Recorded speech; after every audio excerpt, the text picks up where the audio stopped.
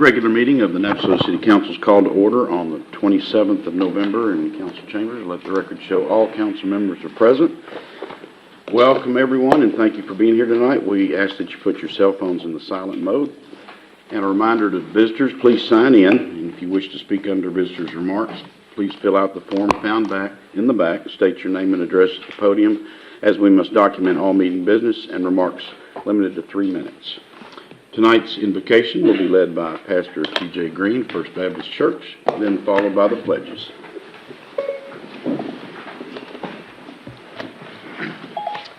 Let's pray. Lord, we come to you tonight. We are so grateful for the many blessings that you've given us here as a city. Lord, we are thankful for how much you love us. We're thankful for the elected leaders that we have and the people of this community. And God, we ask a blessing here tonight, that you help our leaders and our people here in our community develop plans and things that will be positive for this area. So, Lord, we ask that you give wisdom and knowledge. God, that you bless our city above and beyond what we may or may not deserve, Lord. And God, we pray that you are lifted up and glorified in everything that is said and done tonight. We love you and we thank you in Jesus' name. Amen. Amen. I pledge allegiance to the flag of the United States of America and to the republic for which it stands, one nation, under God, indivisible, with liberty and justice for all. Honor the Texas flag. I pledge allegiance to thee, Texas, one state, under God, one and indivisible.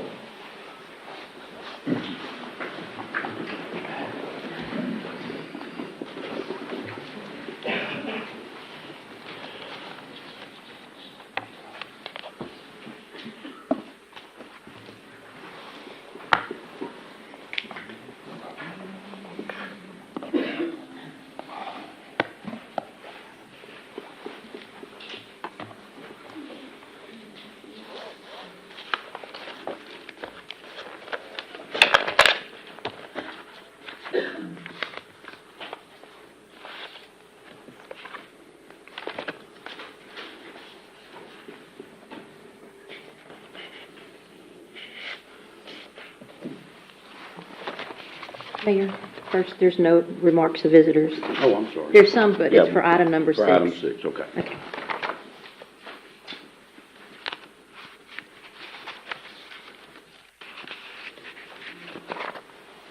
A proclamation this evening for the Tree of Angels. I'd like to ask up, I guess, Geraldine and anyone else in the police department maybe to join me.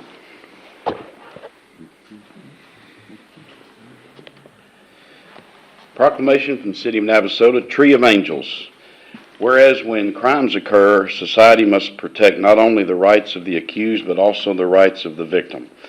And whereas recognizing that the holiday season is a difficult time for victims and their families, the Tree of Angels has become a memorable tradition observed in Grimes County to recognize that the holiday season is a difficult time for victims and their families.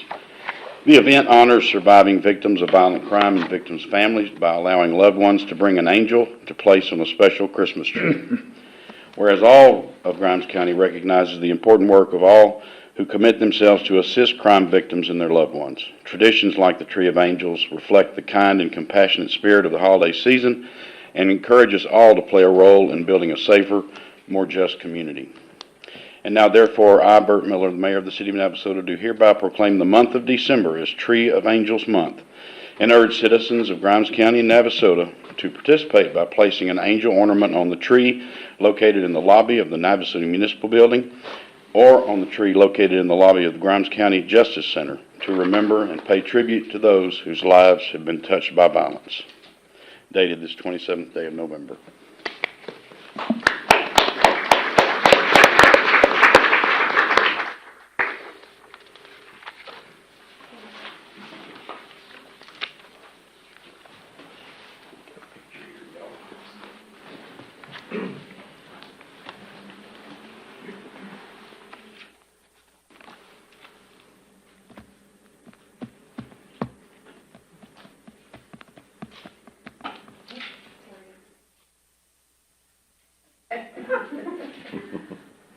Possibly Louisville.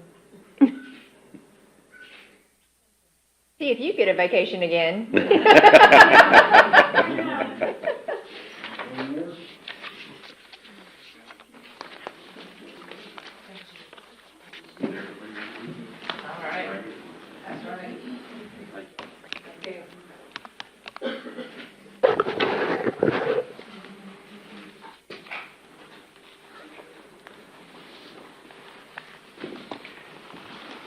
Mayor, at this time, I'm going to have Peggy Johnson, our HR Director, come up and introduce some new employees to us.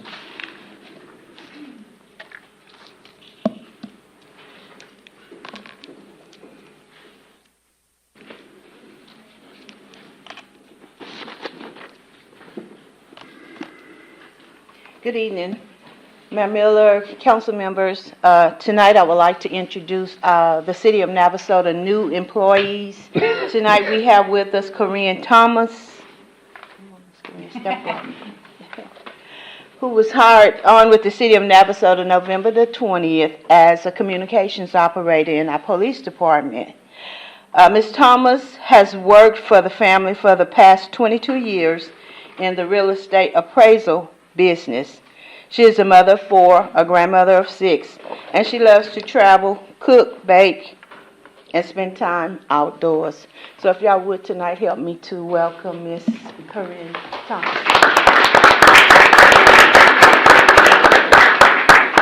Also, we had scheduled for DeMontre Walters, but he's not here.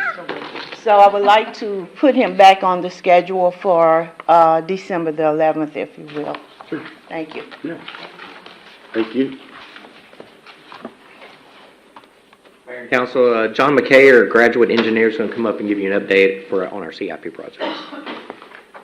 And at this time, I think we're going to pull up a map. I think there's been a request for the map of our large CIP project that he's going to talk about first.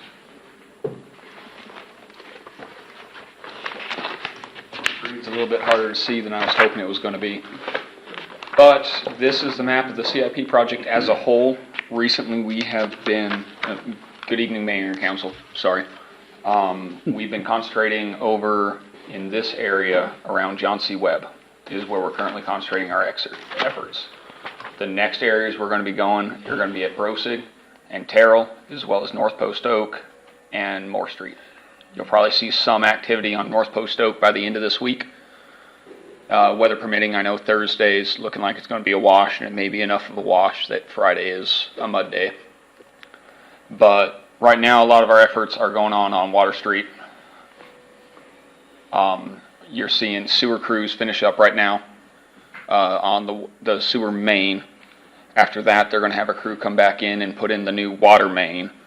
After that, they're going to be putting in services for both. So on these projects, a lot of times you'll lay in your big main will run, and then you'll come through and you'll put in the connections that you see in people's yards, the little cleanout boxes that you see in people's yards, comes in after the fact. So that's where we are. We're still aiming for December, possibly January at this point for the paving crews to come in. They're going to be concentrating on all those streets over by John C. Webb. All of those. When they start working, the first thing you'll see them doing is reconstructing curb. There are areas where the curb needs replaced. And that curb, especially on asphalt streets, that curb it's like building a casserole dish. You got to push out to the edge. You need a good hard edge to push out to, or you're just going to end up tapering off, and it's just not going to be a good product. So where that edge needs rebuilt, they take care of that before they pave. Most of those areas are in fact, all of those areas are either something called mill and overlay or reconstruct in place. So that's kind of mill and overlay means that we're touching the asphalt. We're digging up the asphalt and putting it back down, putting in more oil, putting in more asphalt as we're going. Reconstruct in place goes a little bit deeper into the road structure. So if there are any questions on the CIP project before I go on, the rest are pretty simple.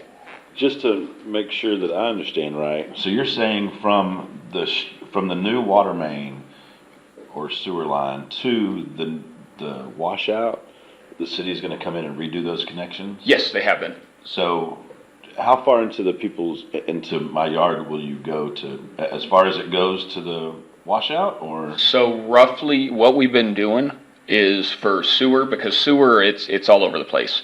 Some people have them right at the curb, some people have them, the customer ones all at the house if it exists. We've been putting them about 5 to 7 foot inside the yard. So that's still well within the public right of way of the yard. So we're staying over there. The water meter gets replaced in place. If you drive along some of the streets that they've been replaced, you'll see Sycamore and stuff. You'll actually see the old service and then the new one tied into the water meter. Those aren't So if moving. if somebody doesn't have that, owned a house in that area that did not have one, what is your solution? We're putting one in. So we're bringing out, and actually we just rescheduled for another one for Wednesday. There are cases like on Water Street between Victoria and Judson. We were digging today and the sewer took a left in Albuquerque, out of nowhere. And so what's happened is to figure out where those two houses on the south side are tied in, we're having to bring in an outside televised crew. They come in it's a really nifty gadget. It's a robot about this big, weighs about 80 pounds, can run through the pipes and record everything in 360 degrees. So that tells us where the services are. They tie into them. They go to the yard. They put a clean out. Because what that gives us is a determining line between the private side and the public side.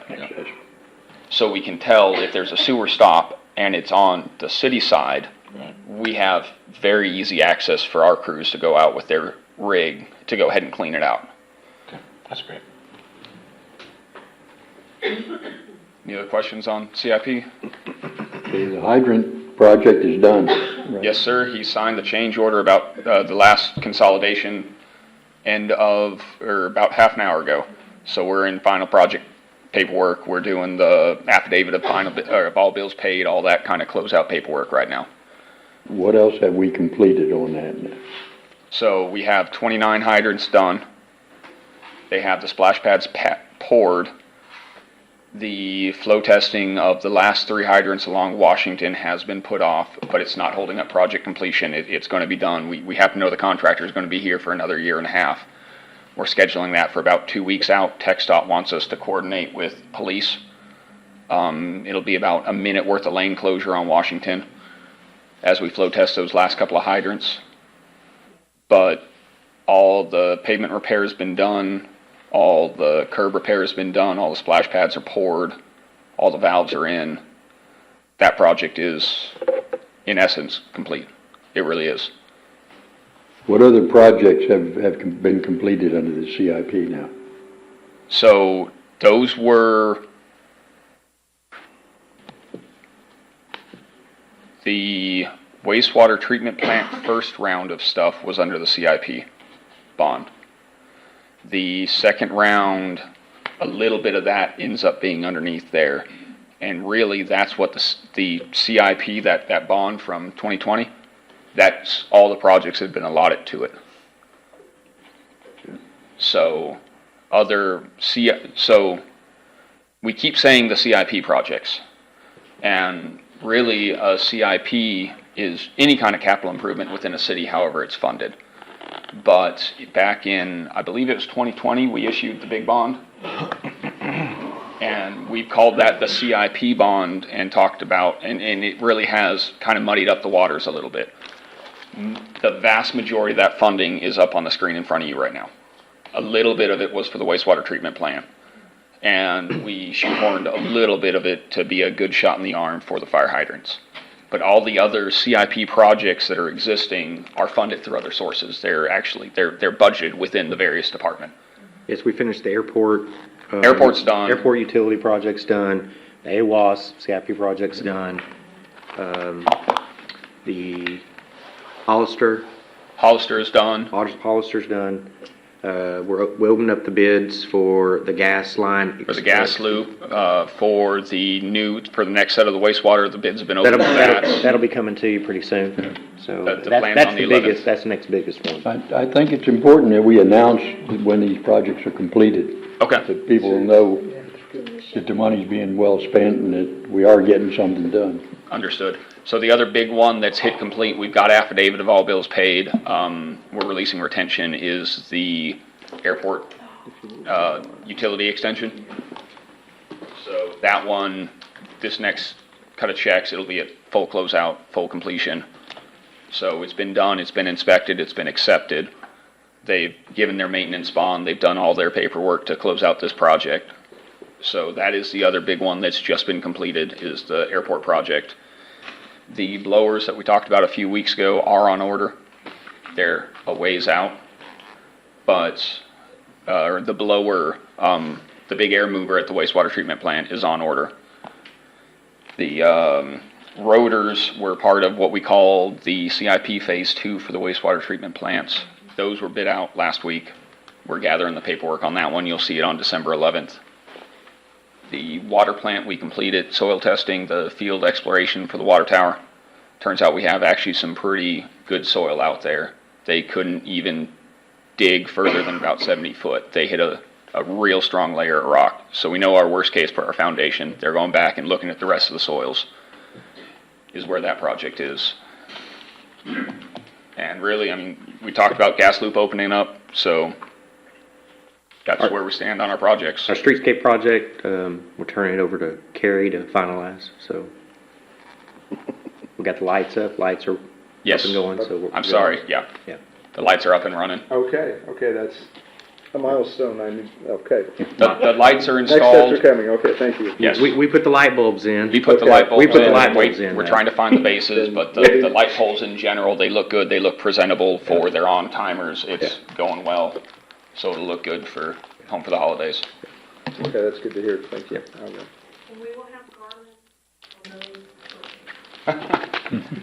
I've just heard that we're going to have garland shortly. We just heard that too.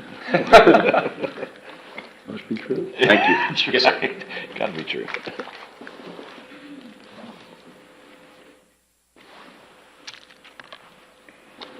Any reports from council on boards and commissions?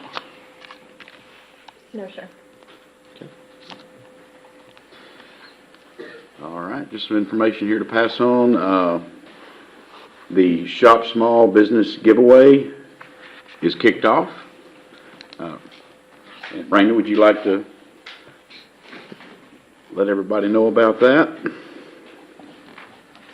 Good evening, Mayor and Council.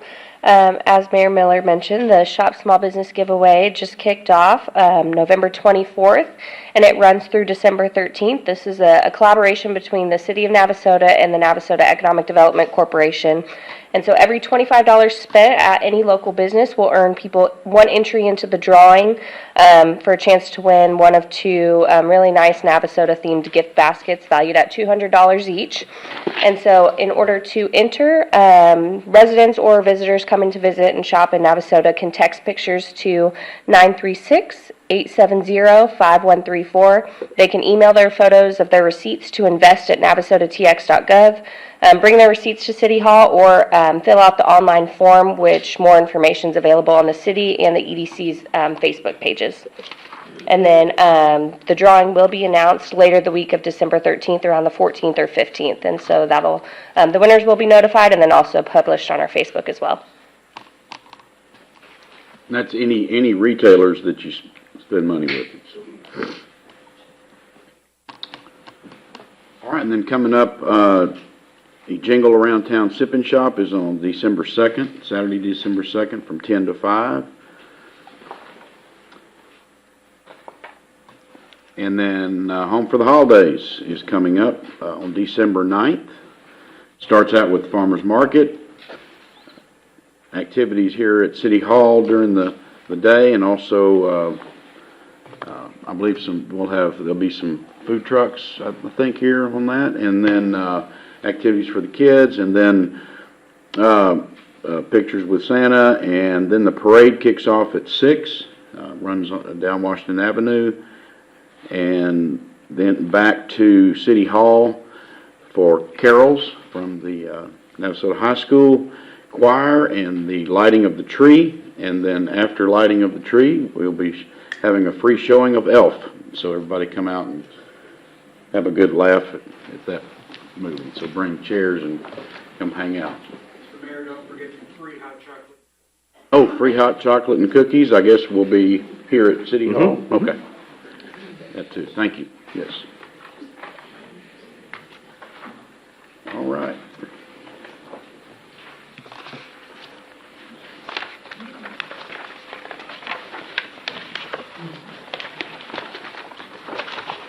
Item number 5, consideration and possible action regarding the sale of certain tracts of city-owned real property located in Navasota, Grimes County, Texas, determination of the method of sale, and authorize city staff to complete the procedures necessary for the proposed sale of said real property, subject to final approval by the city council.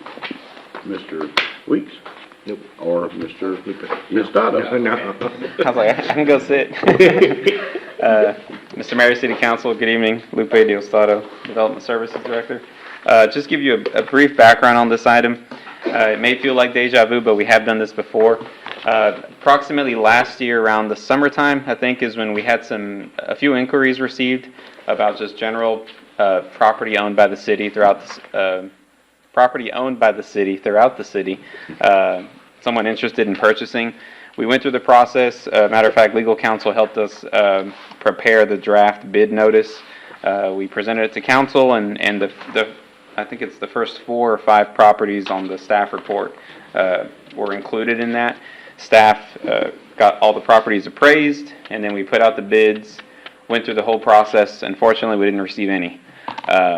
And that was that. And here lately, in the last probably 2-3 months or so, staff's been getting a lot of calls about these specific properties in general from I think people that, at least in our opinion, have a little bit more skin in the game, and they've been doing projects in town that have actually developed and built a lot of infill single-family homes throughout the city. So they're interested again. I won't say who they are just for competitive purposes, but we're hoping that doing this additional round of advertising will hopefully get some interest and maybe even get a few sold. The biggest difference from the first time we did this to now is we've also included a large section of properties along the Roosevelt Street right-of-way. The city owns a bunch of lots there. They're all kind of clustered together. There is a caveat. I mean, the big road, or the Roosevelt Street, is not paved, and so whoever purchases this property will have to pave the street first before anything can be built. And so we're hoping that by lumping all these together, it'll attract a little bit larger scale developer to come in, extend Roosevelt Street east to west from, I think that's Malcolm, to 379. And that'll, not only get those, back on the private side, but also hopefully add another arterial connection east to west.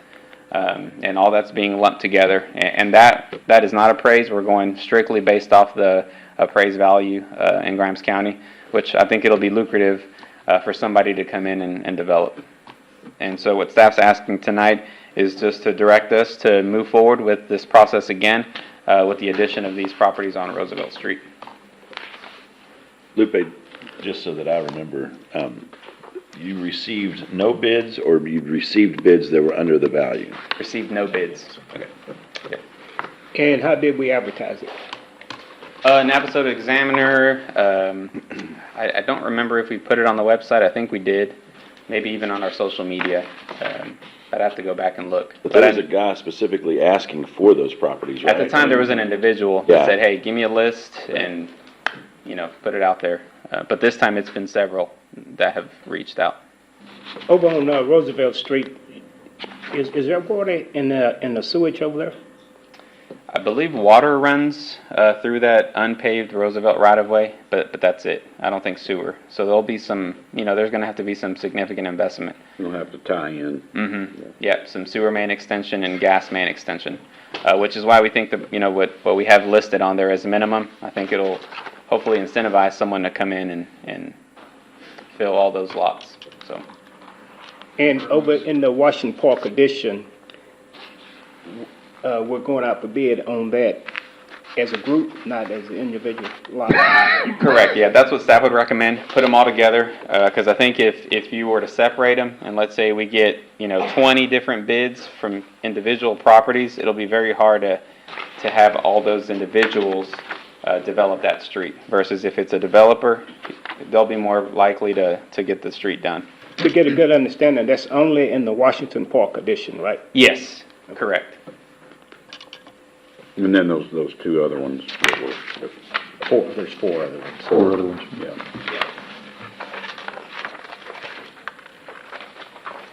Baker and North Jones and Lincoln. Lincoln Street.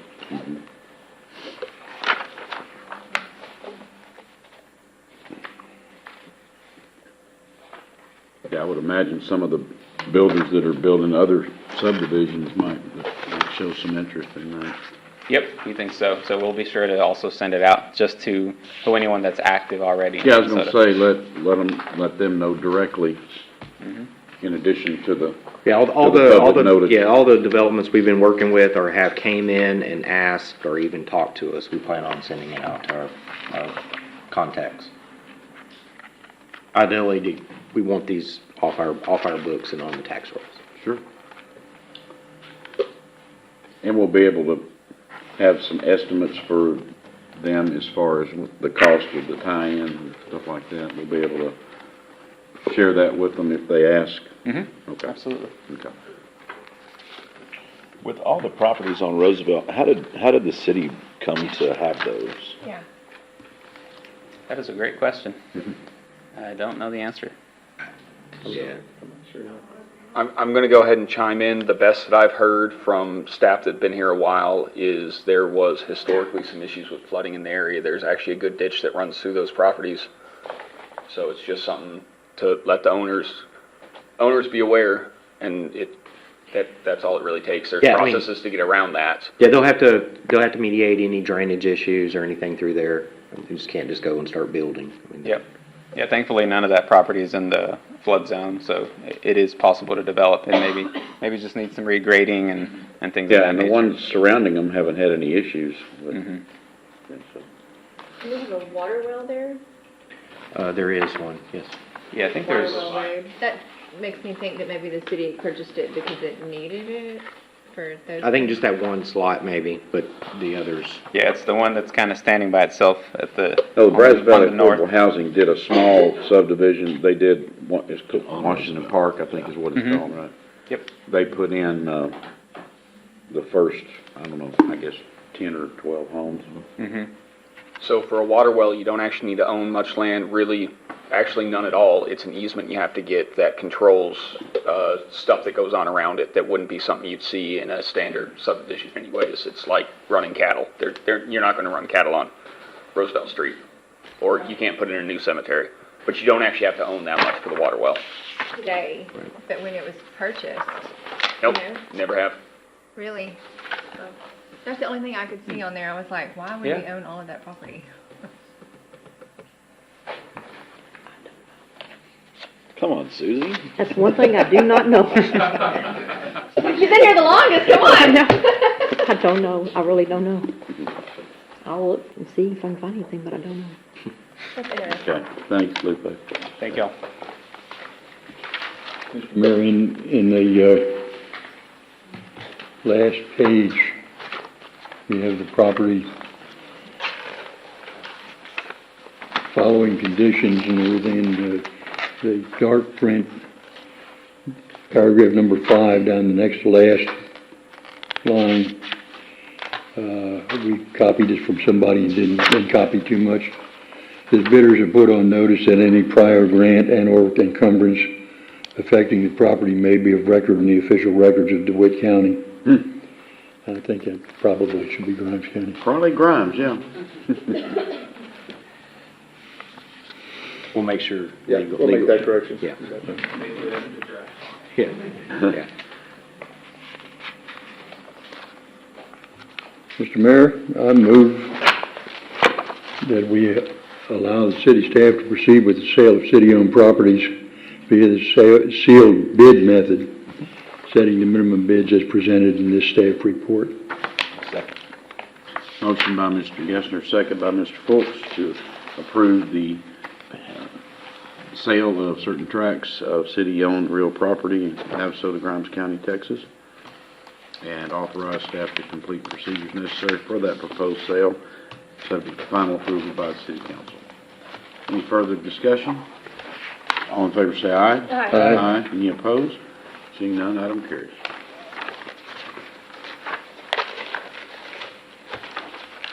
Item 6, discussion and guidance on the future of the Horlock House Art Gallery and History Museum. Mr. Weeks.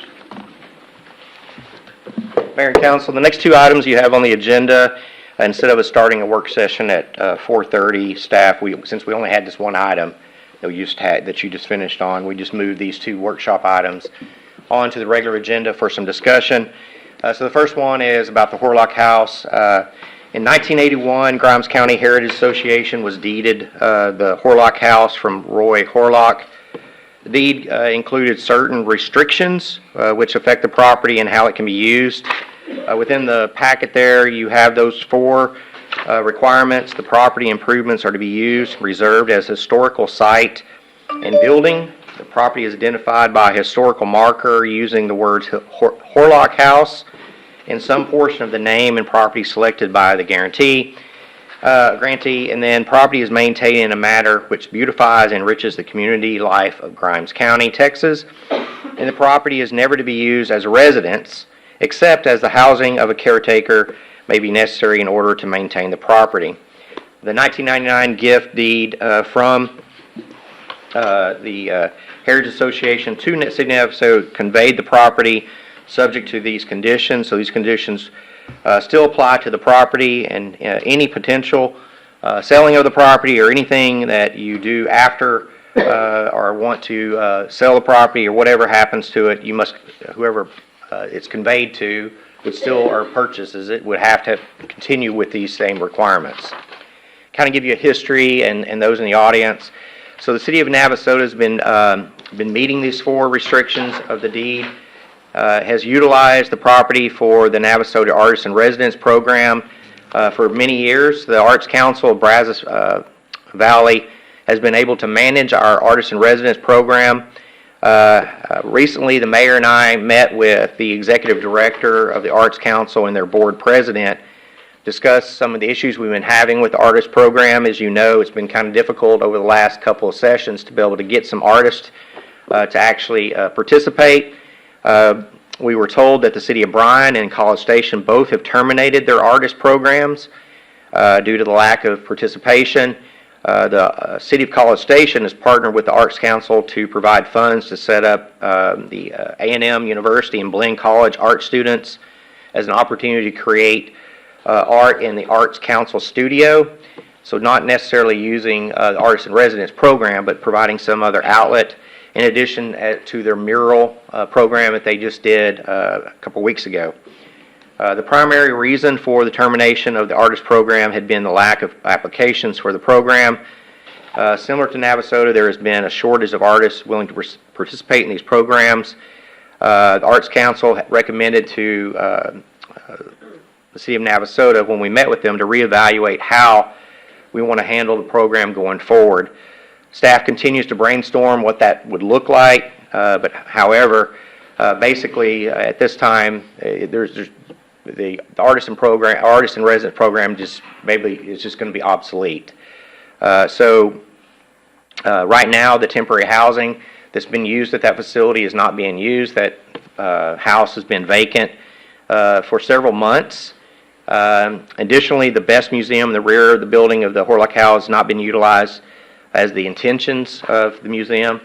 Staff continues to work to identify a new location. I know that you've talked about and met with several in the community about maybe moving that museum portion downtown to be able to have it accessible on weekends, and providing some type of volunteer program to oversee it.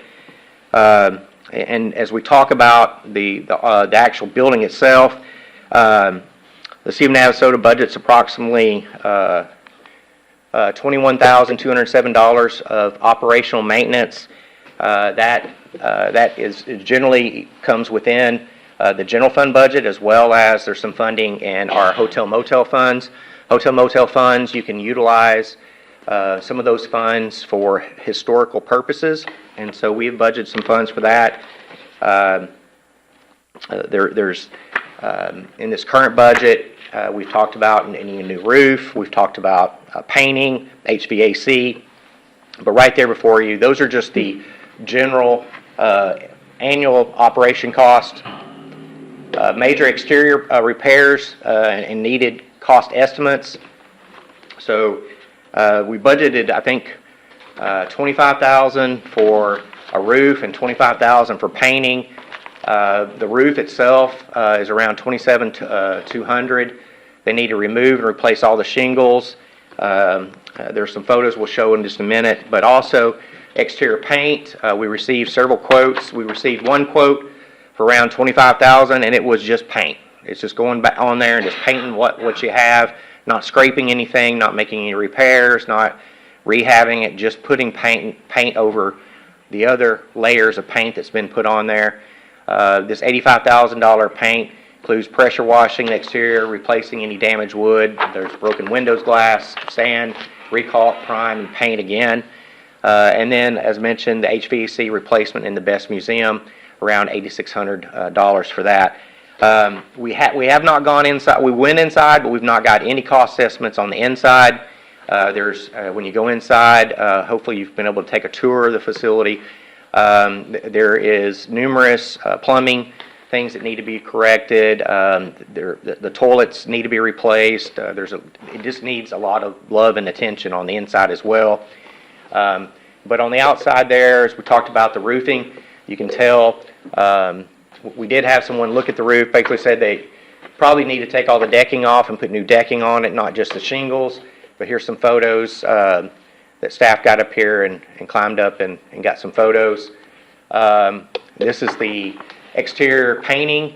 As you can tell, there's a lot of scraping that needs to be done. There's a lot of cracking on a lot of the woodwork. When you pass by, you're driving 30, 35 miles an hour. You don't really notice this stuff. But when you actually get out and get up really close and in person, you'll notice these things. This is some of the work along the edge of the porch area. This is around the back side of the building near the Best Museum. Some of the under portions of the porch area. Again, some of this is in the front, some of it's in the back, and I don't think we actually even did this is the Best Museum along with the HVAC unit that's back there. So also we didn't take a photo of the ADA ramp that's back there. The ADA ramp ends into the grass, so it's not really ADA compliant. The ramp itself is in dire need of some love and attention as well. Normally, if the city wants to sell or convey the city-owned property, the city would require to go through the notice and sealed bid process pursuant to Chapter 272 of the Texas Local Government Code. However, Section 253.011 of the Texas Local Government Code authorizes the city to convey real property to a nonprofit corporation to accomplish a public purpose. For example, if the museum would promote a public purpose of the city, also the new owner could be required to comply with conditions set out in the 1981 deed. We met with legal counsel to try to get some thought. Hey, what if you want to sell it and wants to be a bed and breakfast? How would that work? Well,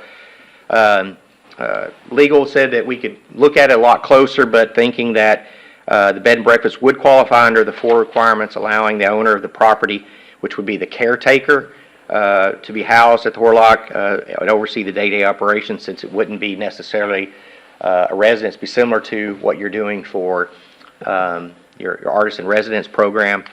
And so within the packet included what that Section 252.011 states. So basically, this item is just put on the agenda. Again, you're the policymakers. We need to hear from you what you want us to do moving forward. I think the amount of money we've talked about is just skimming on the top surface. I think it's a lot more money that's going to be needed to bring this building back to where it needs to be.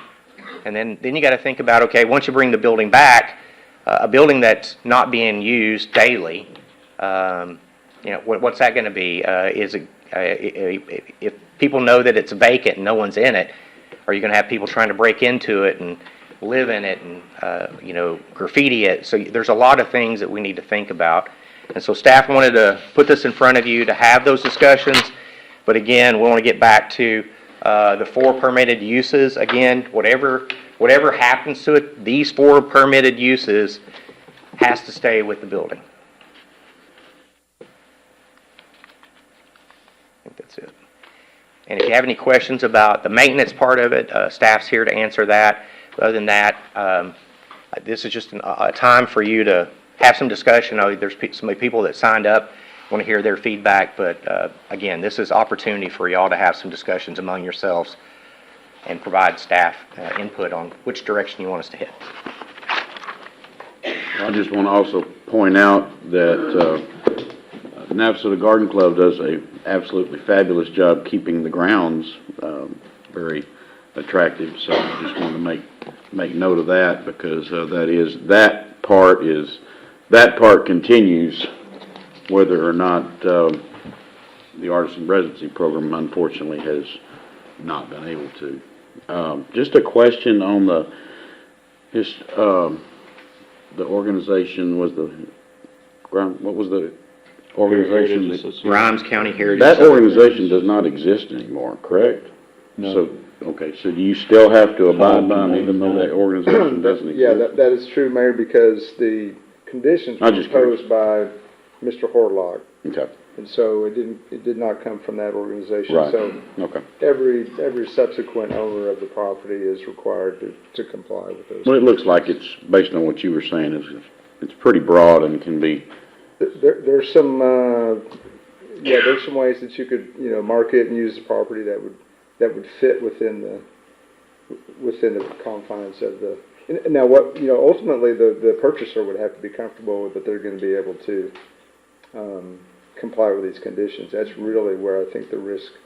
They'd have to be willing to take that risk, because what could happen is some of the heirs of Mr. Horlock. I don't know who they are, where they are, or if they are exist, or any owner in the chain of title could come in and retake the property if the existing owner was not complying with these conditions. So there is a risk to anybody who acquires the property in terms of whether or not they're going to be able to. If they don't comply with those conditions, then they may lose the property. If there's somebody interested in taking the Years property. do exist, and they do check on the property. Okay, that's important information. I mean, it's just got a lot of outside forces that are kind of. Well, we didn't get here overnight, and we've been asking and looking for somebody to go look at, let's say, irrigation, and that kind of just got swept under the carpet. And I feel like we've done that for many years, and I don't know. History means something to me, and is it a lot of money? Yes. But it's something that was given to our city to help promote our city. And what do we do with it? I don't know what that answer is. Clearly, the things that we've thought about are not working. But I would hate to see us get rid of it. We had a depot that we were given and moved off, and then we sold that depot. Even though it wasn't from here, it would have been cool if we would have kept that and been able to say, hey, we're Train Town, and here's our depot. But anyway, those are my thoughts. I think it is a lot of money, and maybe we convince some group to help raise some funds and give to our 501c3 to help cover that. I don't know. Right now, I'm not balking at the idea of keeping it. I think that making it work is ideal for me. I think part of the artisan residency program was the Best Museum, which has been unfortunately not very available. It's been basically the door's locked, and I think there is a way you can contact the Two Rivers Heritage Foundation, who is kind of the keeper of a lot of the items that are in that museum.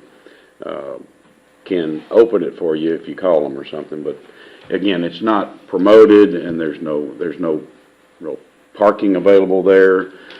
And actually, we've actually been talking to a business downtown that is willing to house the museum and its contents, and it would be open 7 days a week. And the representative of the Two Rivers Heritage Foundation has looked at that property, and all indications are that they're acceptable to that. So that's an option for the museum, I think, and it'd be more available, parking downtown, and I don't know, that'd be my dream, just for the museum to be a lot more accessible to not just our local folks, but visitors too. So that's on the side of the museum part. And I don't know whether there's any, the museum is, the best museum is the inside of the museum. It's the structure is part of the Horlock House, right? Okay. Yeah, So it's the kitchen. I just wanted to make that point about the museum, because that's something that I personally would like to see, again, more available. Well, that's two different things, right?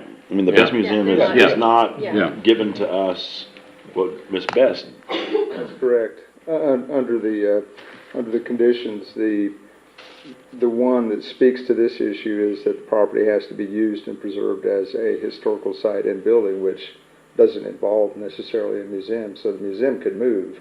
You could still comply with this provision. So that's not a necessary condition to meeting this requirement. And on the artist residency program, it went well for a number of years. You know, maybe we can come up with another arts type project that could be done in that house. But again, I think it comes back to the fact that there's no parking. It's in the middle of a residential area.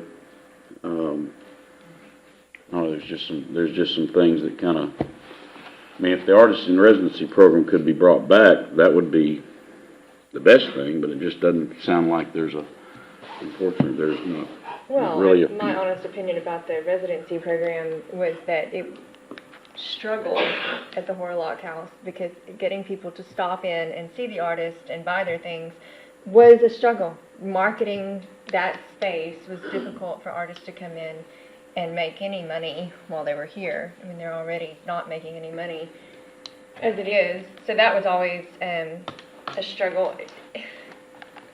I didn't realize all of the deeds until I got the agenda packet. I didn't know that the deeds were in place on that house, because my vision was some family needs to love that house, because if someone's not living in it, it will die. The house will die without someone living there and loving on it, or at least someone in it several days a week, giving it the life that it needs. And I don't know why it works that way, but it works that way, and everyone knows that if you leave a building unattended, it falls down. But you could live in a building for 200 years and it won't fall down. It has to have love. Well, I don't see anybody in the private industry that's going to want to purchase that and follow those deeds. They won't make any money at it. It would have to be someone that's involved in the community that loves that kind of thing. Has there been any of the nonprofits related to the historical that has shown any interest in being in that property that maybe we could partner with, that would want to do something in that building that would benefit the city on a larger basis than the Artisans Residency Program did? I'd like to pick up on that, and I'd rehash some of this history because it's intertwined. For those of you that were here then and remember back in the 70s and 80s, the Grimes County Heritage Association, led by Georgia Best and people like Ralph Spike in it, was very active. They did some major things. They started the revamping of the P.A. Smith Hotel. That was their headquarters. They put together and published a history of Grimes County, which is that big red book that you see around. If you see it on eBay and you can get it for under $200, go ahead and pick it up because it's become very valuable. They were very active, and in the midst of this in 1981, Roy Horlock, who belonged to that, donated the house with the previous mentioned conditions to the Grimes County Heritage Association.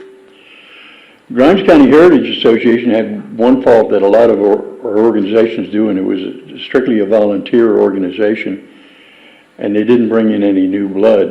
And through attrition, people dying off mainly, it dissolved. And so it was disbanded in 1999. They had this property, and they had to get rid of it. I don't know what went on at that time with the county, if they tried to get the county interested, but we ended up as the last resort, as it were. And so it became a problem for the city of Navasota. For several years, we did not handle it very well. We don't have a history department. We didn't have anybody involved in it. We had some archives in the library, and so it became the air for the library. And so, in order to go in there and see the things that were in there, you had to go and get somebody from the library to come down and show you through the library. So we had a session like this in 2013 or thereabouts, where we were trying to figure out what to do with it. And Councilman Peter Canny suggested the Artist in Residence program. We had real good people up at the Arts Council. We started investigating with them. They thought it was a great idea. We put it together, and it just went tremendous. We had 3 artists in there for 6 months at a time for a while, and it became such a good idea that College Station and Bryan picked up on this Artist in Residence thing, and they started doing it, which of course diluted our attraction.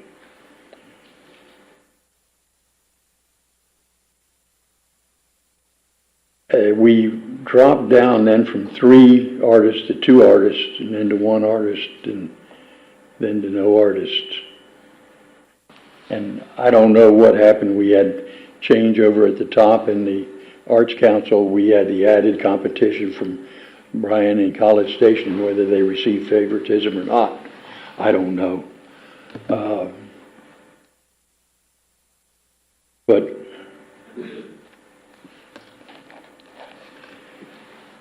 COVID may have had something to do with it. Anyway, we're in the situation that we're in now. In the meantime, on the historical front, we had several things. The Grimes County Heritage Association was a 501(c), a charitable organization.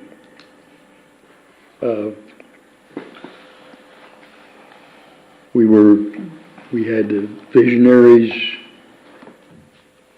what was it? In preservation. In preservation, that was Texas Historical. associated with the Texas Historical Association, but was still a volunteer thing. It had no official support. We had, was it Three Rivers? 2 Rivers. No, Three Rivers, the one that Oh, yeah. Faber McMullen and Yeah. and Nancy Perry were involved in.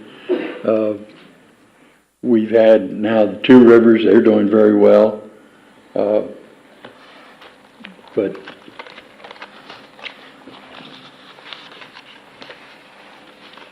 these organizations are all volunteer organizations, they're not official. Now we have the Grimes County Historical Association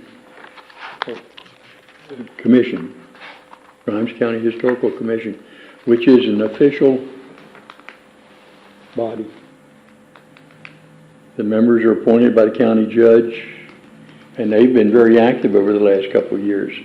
Not here in Navasota necessarily, but around the county. They've been very, very busy in taking care of cemeteries and what have you. And would seem to be a logical place for the Horlock House to end up.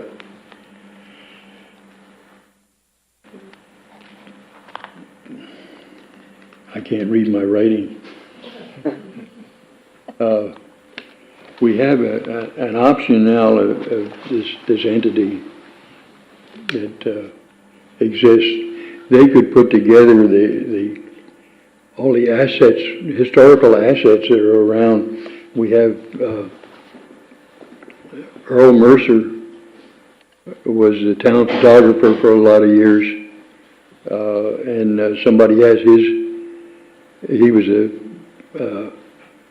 somebody has all of his files type thing. We have the Two Rivers has collected a lot of these artifacts around. Marcus Mallard had a big collection of things, and they're still existent around here. Russell Cushman got the things from Mr. Bruley, the pictures that you see around in the upstairs here in City Hall, are the pictures from the WPA era, which is, WPA era is something that I think is very important in the history of Navasota. I think that we could advertise that Navasota was built by the WPA or rebuilt by the WPA. We have the work of Wendy Watrous and Fred Baldwin, who lived here in Grimes County on a project from University of Texas, and that archives is around, and I think a lot of the pictures from that are in the Grimes County Courthouse up on the second floor. Second floor means nobody gets to see them. Georgia Best has a collection of things that are there in the Best Museum now. But there are a tremendous number of things. We have some archives in the library, and I think it's time to return the Horlock House to its original purpose and let the Grimes County history gift it, as it was gifted to us, gift it back to the Grimes County Heritage Historical Commission, which is an official body and therefore has the staying power and the lasting thing that caused it to be given to us, because we were going to exist. We weren't going to go out of business. And let them establish their headquarters there and try and get all these collections under one roof. This will solve the problem, because one of the big problems was we could never afford to put people there to keep it open. And they can through their organization. So I think we should begin negotiating with the county and with the Grimes County Historical Commission to gift that property back to them. With that being said, my thoughts on it is that the building did not get in this condition overnight. Seemed like there's some repairs that should have been made a long time ago that have not been made. I would like to see the city hold on to this property because of just the history of it. This may be a question for the city attorney here about letting a entity, nonprofit, use it like we do the VFW. I mean, just rent it to them for like $1 a year or $10 a year or something. I mean, is that possible? That is possible, that you could enter into an agreement with a nonprofit to run it, or you could gift it to them as Councilmember Gessner recommended. But either way would work. The city could enter into a contract which would meet the requirements that are in the deed in terms of the historical use of the property, and so that's a possible option as well. Yes, sir, it sure is. My thoughts on it I would probably want to explore and see if there are any groups out there that would like to take this on, and the city somewhat hangs on to it. That's my thoughts. The problem with that, James, is that we've had this before, where we have groups that are willing to take it on, but they don't have a lasting lifetime. And, then we get into rolling this problem around every so often type thing. And it's better to have it under some kind of official jurisdiction that is not gonna let go of it. And the fact that it was turned over without any funding Yeah, to support it, you know, that's the, So, just want to go back to what Patty said, is that if people aren't living in there, then it will fall down. And we had people living in there, and it's falling down. So I don't know that really, they were there, they witnessed the problems that were occurring. But they weren't living there. We had, Oh, no, this, yeah.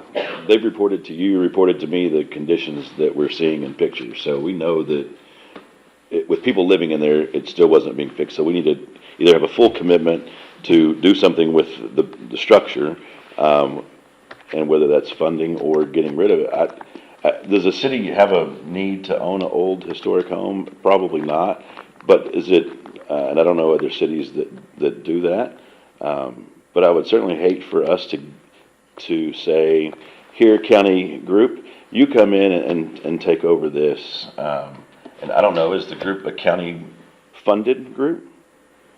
How do they get funding? yes, they're an official branch of the city or the county government. Okay, so they are? Mm-hmm. I had no idea. They've been pretty I active. don't, somebody here with the commission would Connie's have to been writing confirm about whether it. they have a budget or not. I don't think they I'm do. fairly certain that Well, maybe they do. They do? I thought they were nonprofit. They're not nonprofit.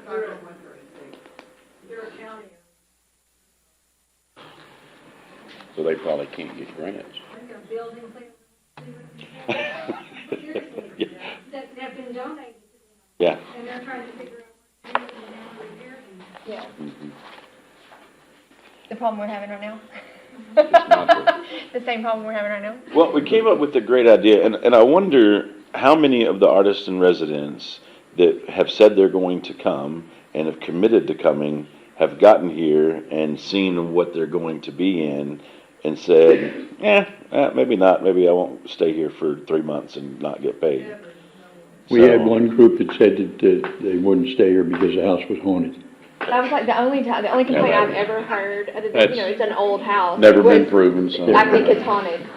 Yeah. Yeah. I have heard that a couple of times from the different artists, and I mean, we had 3 that came last time. Well, 3 that were committed, and then 2 that backed out at the very last minute. So I mean, we had some artists that came and stayed for 3 yeah, full right, sessions right. because they loved it so much. That's right. And there's been, I think, 2 publications Yeah. that came out of it. One, The Navasota is Beautiful, with all of the Pena's art, and so, I mean, the success was there. We just got lucky with the artists we had, I guess. Oh, we got very lucky. And those, unfortunately, are And- very few and far between. Situations changed too, and like I said, COVID had something to do with it, I think. Oh, yeah, COVID, definitely. The administration that we had entrusted to the Arts Council, I don't know, Priorities shift. priority shift, yes. And maybe it was a great idea whose time had come and then gone. I just, I don't know the the answer. concern I have for putting all this money into it, and then what's the future of it after that? Yeah, I mean, really, are we just gonna, you know, Well, that's, have anybody ever seen the movie The Money Pit? Go home and watch it. B&D had moved into one. but the point is, and what I'm recommending is not just to outright give it, but begin negotiations with the county and with the historical thing to see what we can do on this thing, and, Maybe they can come up with yes. In the event that the county would be overwhelmed with it and not interested in it because it would be the same problem we're facing, what are the avenues that the city could take to use its 501c3 to partner with a historical group, and we have our own museum dedicated to the history of Navasota? and similar as to what would happen. The whole thing is trying to get the historical items that are in the Best Museum out in the public so that people can see them, so that children can see them, so that visitors can see them, so that these things happen. And we don't have a county museum, No. which a lot of counties do. Well, the county has the, what is the name of that property? Steinhaven, Yes, Steinhaus. Steinhaus? Steinhaven, something, It's a little museum. yeah.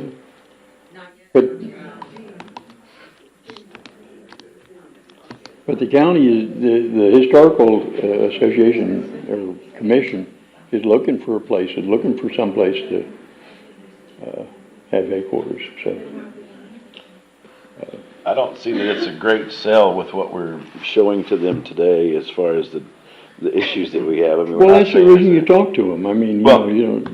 Right, but we need to probably do something, and whether that's bringing it up to at least painting the thing.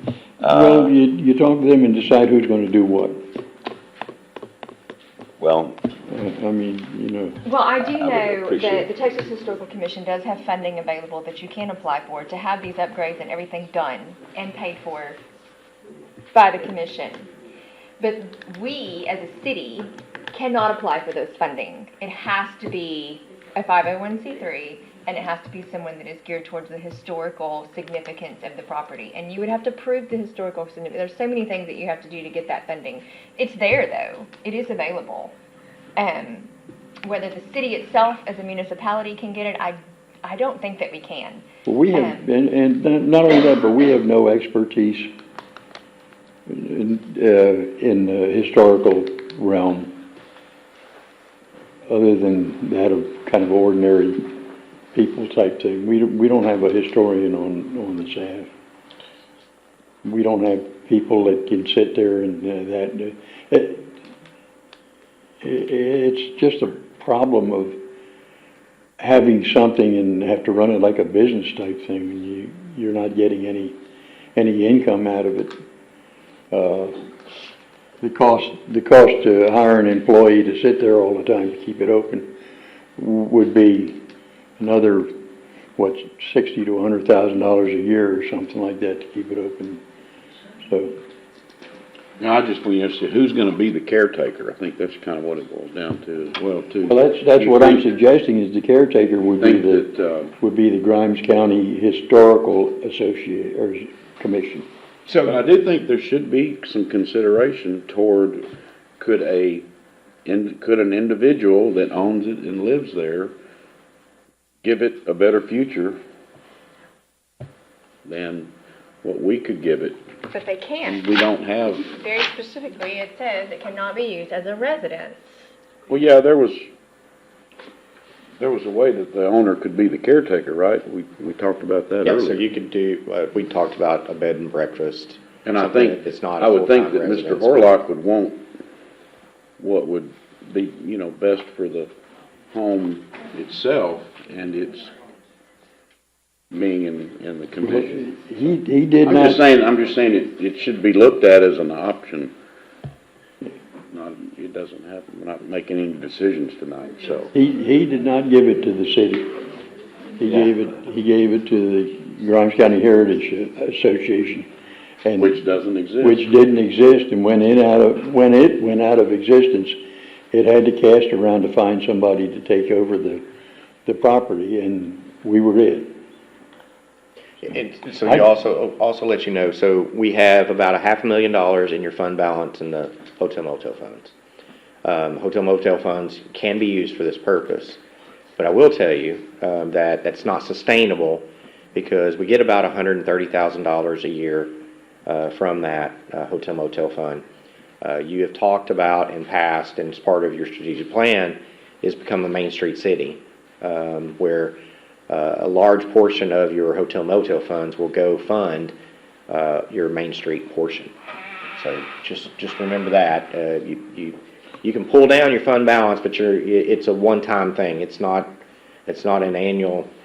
You're not going to have a lot to maintain the property. You might be able to bring it up to where you need to if 100,000, 200,000, 300,000 can do it. I don't know.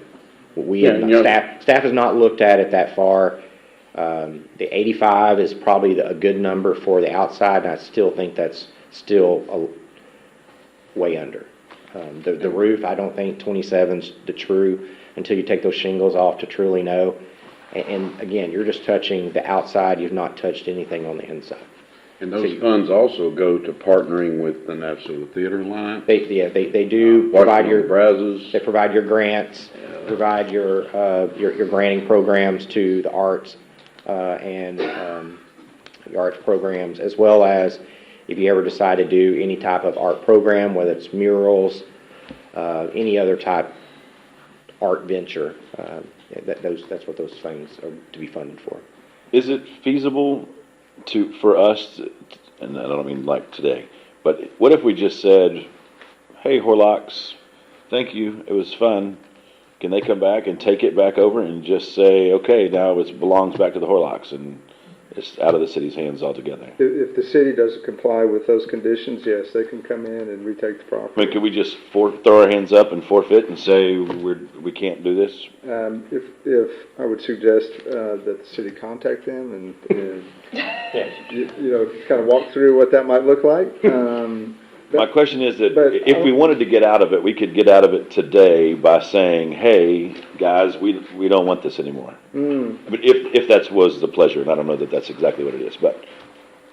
So Carrie, could we have negotiations with Horlock and the family and, hey, here's what council said, it's either you take it back or it's just gonna sit there and deteriorate, or we renegotiate what the deeds are gonna. Because again, it goes back to the fact that it was given without any funding. Right. And that, I know that was a real issue, I've been told, because I wasn't. You weren't around? That was, well, I was alive, but that was like 6. Yeah. I've just been told that it was, the community felt was kind of, or whoever may have been on council at that time or whatnot, it was just, it was unfortunate that it was, you know, it didn't come with any funding. That's the perspective I see the county saying, you know, you're gonna give it to us. Absolutely, sure, especially in the conditions. Yeah.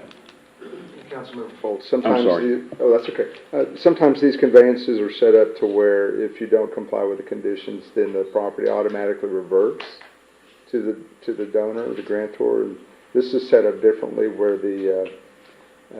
anybody in the chain of title would need to take affirmative action and come in and retake the property, assert their rights to the property, which is a different process. And that's why I say, hey, we should, you know, start conversations with them and you know, could you just go ahead and convey it to, you know, execute a deed and convey it back to them? Just make contact with them and tell them the situation we're in. That's pretty, and just Yeah, I have a bold. Slap in the face. Yes, exactly, yeah, So if the Horlock family wanted the home back,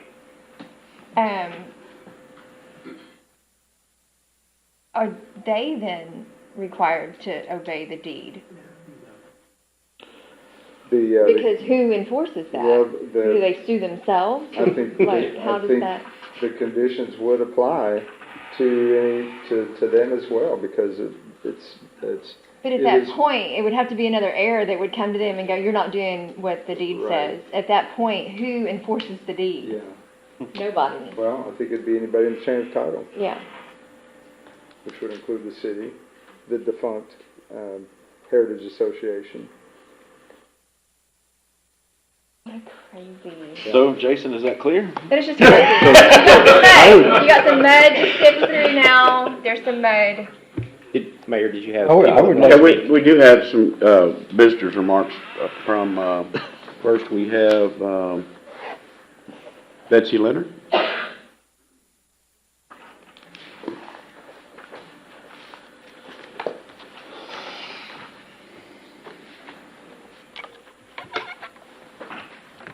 Hi, I'm Betsy Leonard. I had just a little sheet of paper that I was going to just suggest a workshop And I really strongly suggest a workshop with citizens. All of you all have great ideas, and probably everybody in this room tonight has a feeling for the house and probably wants to keep it. But this is too big a deal for you all to decide. You need to open it up to the community input. And I would suggest an open forum workshop because there's some great ideas of things to do with that house. Things that will make money, everything that agrees with the deed. And so that's my point right now is you're really kind of just treading water until you get it open to the public. Y'all have any questions? I don't have a question, but I do have a suggestion, and if there's a lot of people that have a lot of idea about it, my email is open for you to send me an email, as the rest of us. And The city council email, the one that we get off the website? Yeah, absolutely. Because we are elected to represent you, and you share the information with us, and then we vote on what the people are telling us that they want. At least that's the way I think it's supposed to work. But anyway, I would love to get an email from somebody that says, this is my idea, this is what and we'll potentially have a forum or something like that as well. But some feedback would be nice. Oh, open up your email. Email. That's also why it's on the agenda tonight, and there's people here tonight. Yeah. And then, of course, it'll be brought up again whenever some things come back to us, and that's another opportunity for that. So those are workshops. It sounds like anybody who wants to email an idea should copy everybody on it, not just send it to Josh or Bert. And so make that suggestion that somehow or another they send it to all of you all. There are artists, there are historians, there are garden clubbers, there are just a lot of good ideas, and a lot of people willing to help, whether it's volunteering or working through the chamber with a grant for an employee who works there. I've heard just lots of great ideas. So, yeah. Thank you a lot. Thank you for considering it. Has needed doing for a long time. Brenda Story? Hey, Mayor and Council, I just want to clarify one thing that I think I misspoke when I reread the language again on that deed. If the grantor or the grantor's heirs retook the property, they could terminate the estate that was conveyed, which would mean that they could nullify the conditions under which it was granted. So I just want to clarify that after rereading the language. Thank you. Hello, Brenda Story, Navasota. I do belong to the Grimes County Historical Commission, and I do belong to the Navasota Garden Club. And I did take my little notes to share, but after hearing all these, this feedback, I have to respond to some feedback, if you don't mind, please. You got 3 minutes. Thank you. I appreciate all of you, but do not make a decision to get rid of that Horlock house. I love that the city owns it for a lot of reasons. Go international. There's ways you can do art programs with international students. These artists we've had have been from overseas. Keep doing it. Get someone else to run it. It's not working. No more excuses. We talk too much and we don't have good action because of it. And I mean no disrespect. The parking problem. There's parking problems downtown, but it's great downtown. It's okay, it runs. Take out the backyard grass at the Horlock house. Put in some gravel. Key parking spaces right there. Water bill. Take out the lawn on the side. Put in decomposed granite. Let the garden club evolve a botanical garden. Your water goes down. There's so many things, and I've, notes to do it. But be committed. Too many excuses started from the beginning because maybe the right people weren't involved. Maybe you didn't look hard enough. Maybe you didn't have a person who knew grants well enough. Maybe not enough hours on the side outside of the city were devoted. We are all just people here temporarily. There were people before you. There's going to be people after us. It will be regretted if you let go, if the city lets go of the Horlock house. The further west you go, you don't see history standing, that people aren't passionate about it. Let's be passionate about it and allow the public's input. And like Betsy said, there's so many great ideas. And please, just let the people be a part of that process. That's what you're here for. Thank you, Mr. Burt. I appreciate That's you. exactly what you're here Thank for. you. Do you think that the Historical Commission would be interested in the property? The Historical Commission has been a lot of talk, no action for the years I've been involved, but now they're doing some action, and I'm really excited for the future of what they're doing now. So I'm really excited to be a part of that. Where is it going? I don't know, but the train left the station, and I'm excited. But do you think that they'd be interested in that? in that property? I have no idea. I'm just excited for right now and what we're doing. Train left. Thank you. Debbie Hancock? I think my concerns have been stated. Okay, okay, thank you.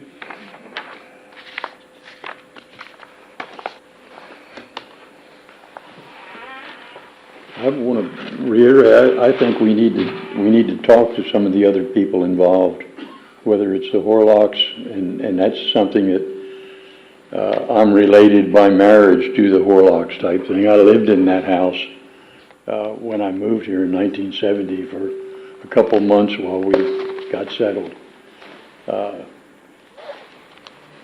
I don't know that they'd be interested in taking it back. They surely would be disappointed that they would have to go through something like that. Well, there might be, once they understand kind of the situation, they might, want to But I would talk like about to, I assisting would like financially, maybe. Yeah, I would like to return it to the idea of a museum and a historical property type thing. And the people to do that would be the historians in the county, and that is the Grimes County Historical Commission type thing. I would prefer not to talk to that family until we get a little bit more understanding of where we are. Definitely. And No, I'm so, sure there's members of the family that are well aware that we're discussing this tonight, but I do agree that no decisions will get made tonight, I promise you that. Because there's too many other things that we need to know and understand and have a grasp of before any decisions get made. I would think that the city would be the best at maintaining the future of it because of the fact that it was bestowed upon us to do so, and we have so many people that want to continue to preserve the history of Navasota. And so I would think that there's avenues that we need to pursue and find out about and what it's going to cost. And Jason knows this about me.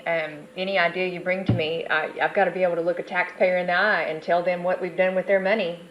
And if the taxpayer's going to look back at me and say, that's bull, then I ain't going to do it. So everyone has to be well aware that these are your neighbor's dollars, not just your dollars, your neighbor's dollars. Everyone's dollars go into it.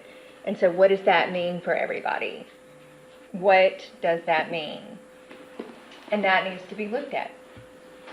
I definitely would like to explore the options and listen to what some of the citizens would have to say, and then I just hope that the city manager just can get a workshop and we can listen and see what the citizens have to say. Yes, so that's what tonight was Right. set up. We can definitely do another one. So what I suggest, anybody in the audience, anybody that's listening, that's recorded, please email myself or council or all of us. Don't just do one, do all of us so we can all get the information.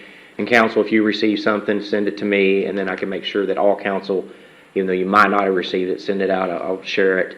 And so we can get all those ideas.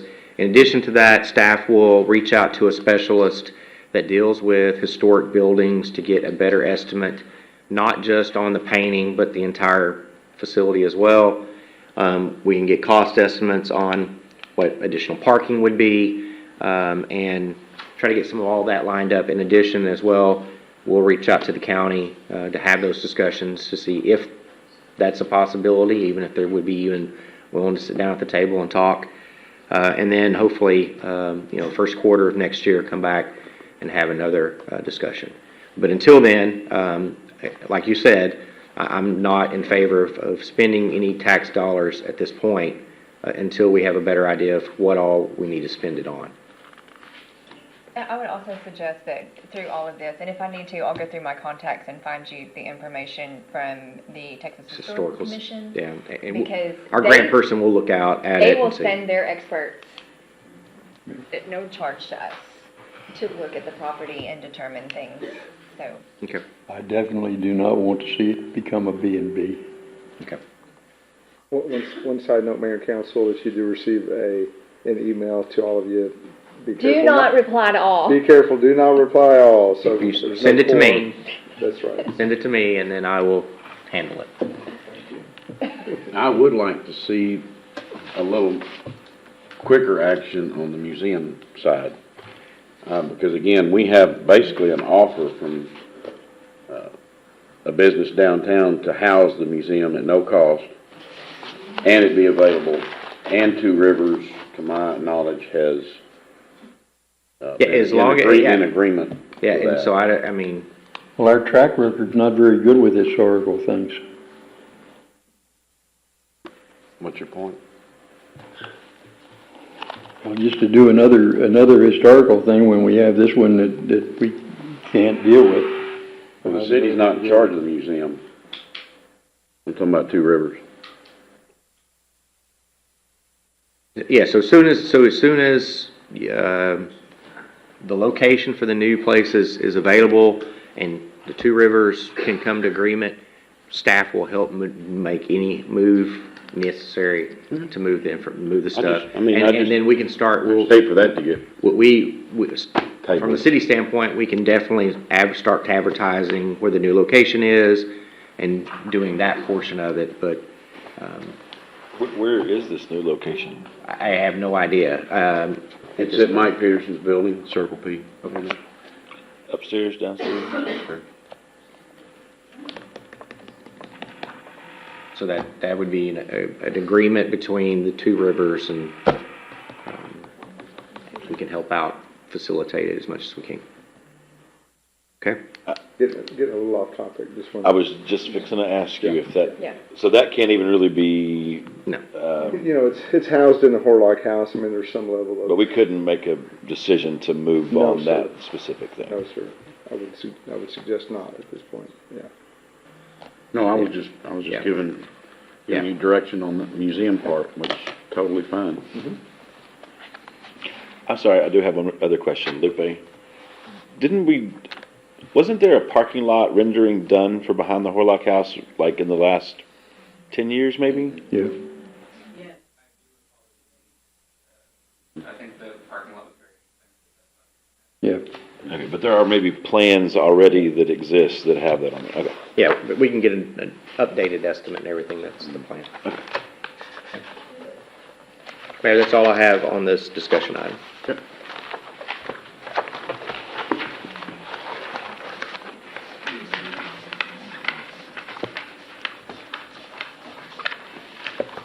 Item 7, discussion and guidance on a new proposed Parks and Recreation Department facility use policy. Mayor and Council, I'm going to have Ryan Hendricks, our Parks and Recreation Manager, come up.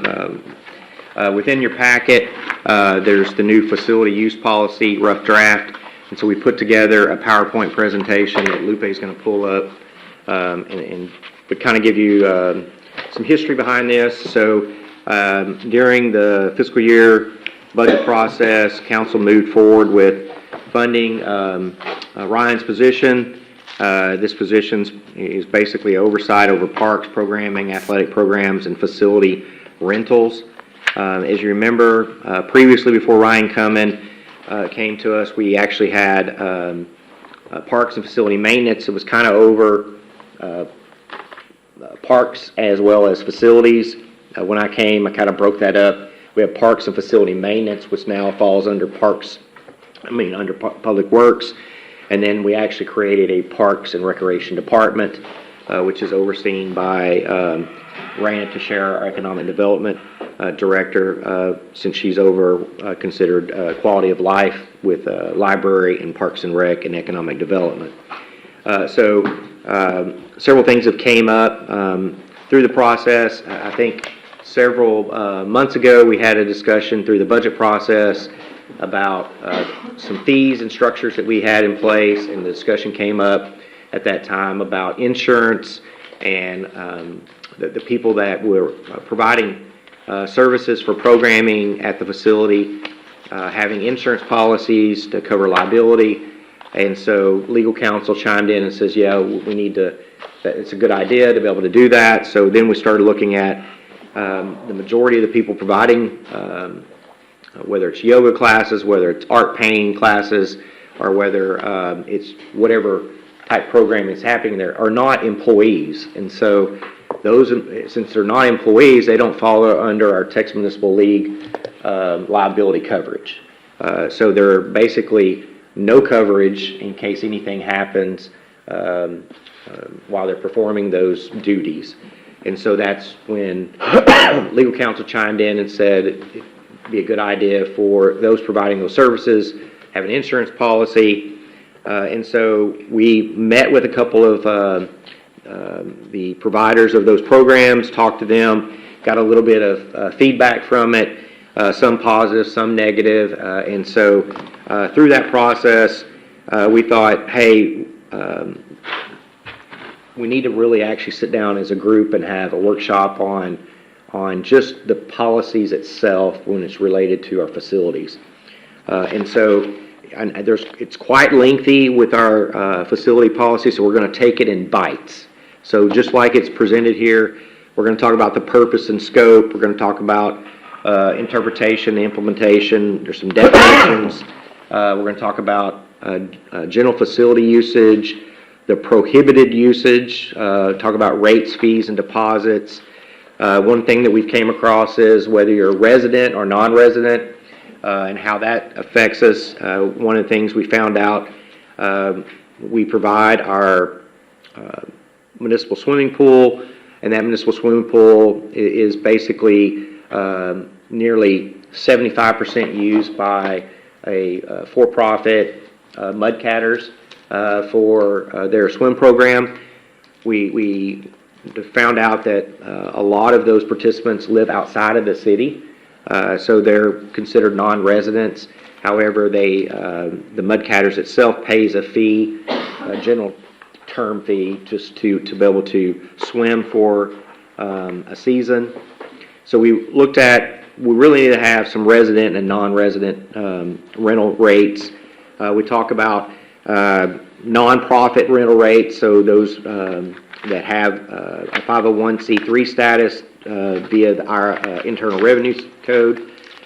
And then we talk about special event permitting with some of the recent activities where we've had renting out the August Horse Pavilion, where we've, for several years, we have events that people rent it and they say it's a family reunion, and that there's no alcohol going to be provided, and there's no, because if there's alcohol provided, there's security that needs to be provided, and it turns out that's not the case.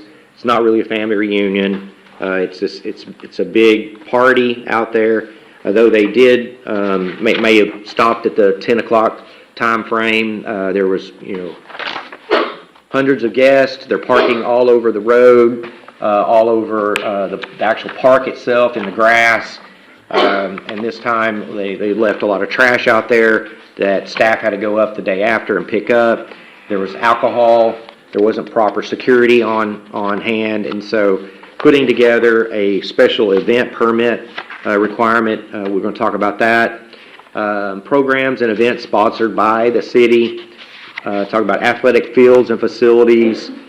Security requirements, as I just mentioned, and how you go about if a security officer is required, what that process is, and then as well as talking about insurance requirements and just reservations and general rules and facility cleanup parking. It sounds like a lot, but again, this is a workshop to walk through the process. As council being policymakers, staff put a stab at a policy. We worked with legal counsel on this, and so legal counsel's kind of looked over it, kind of gave us some direction. Within your packet, you currently have what our current rental policies are. And so at this time, I'm going to have Ryan come up. We've got a PowerPoint that's going to break these up in just bite size.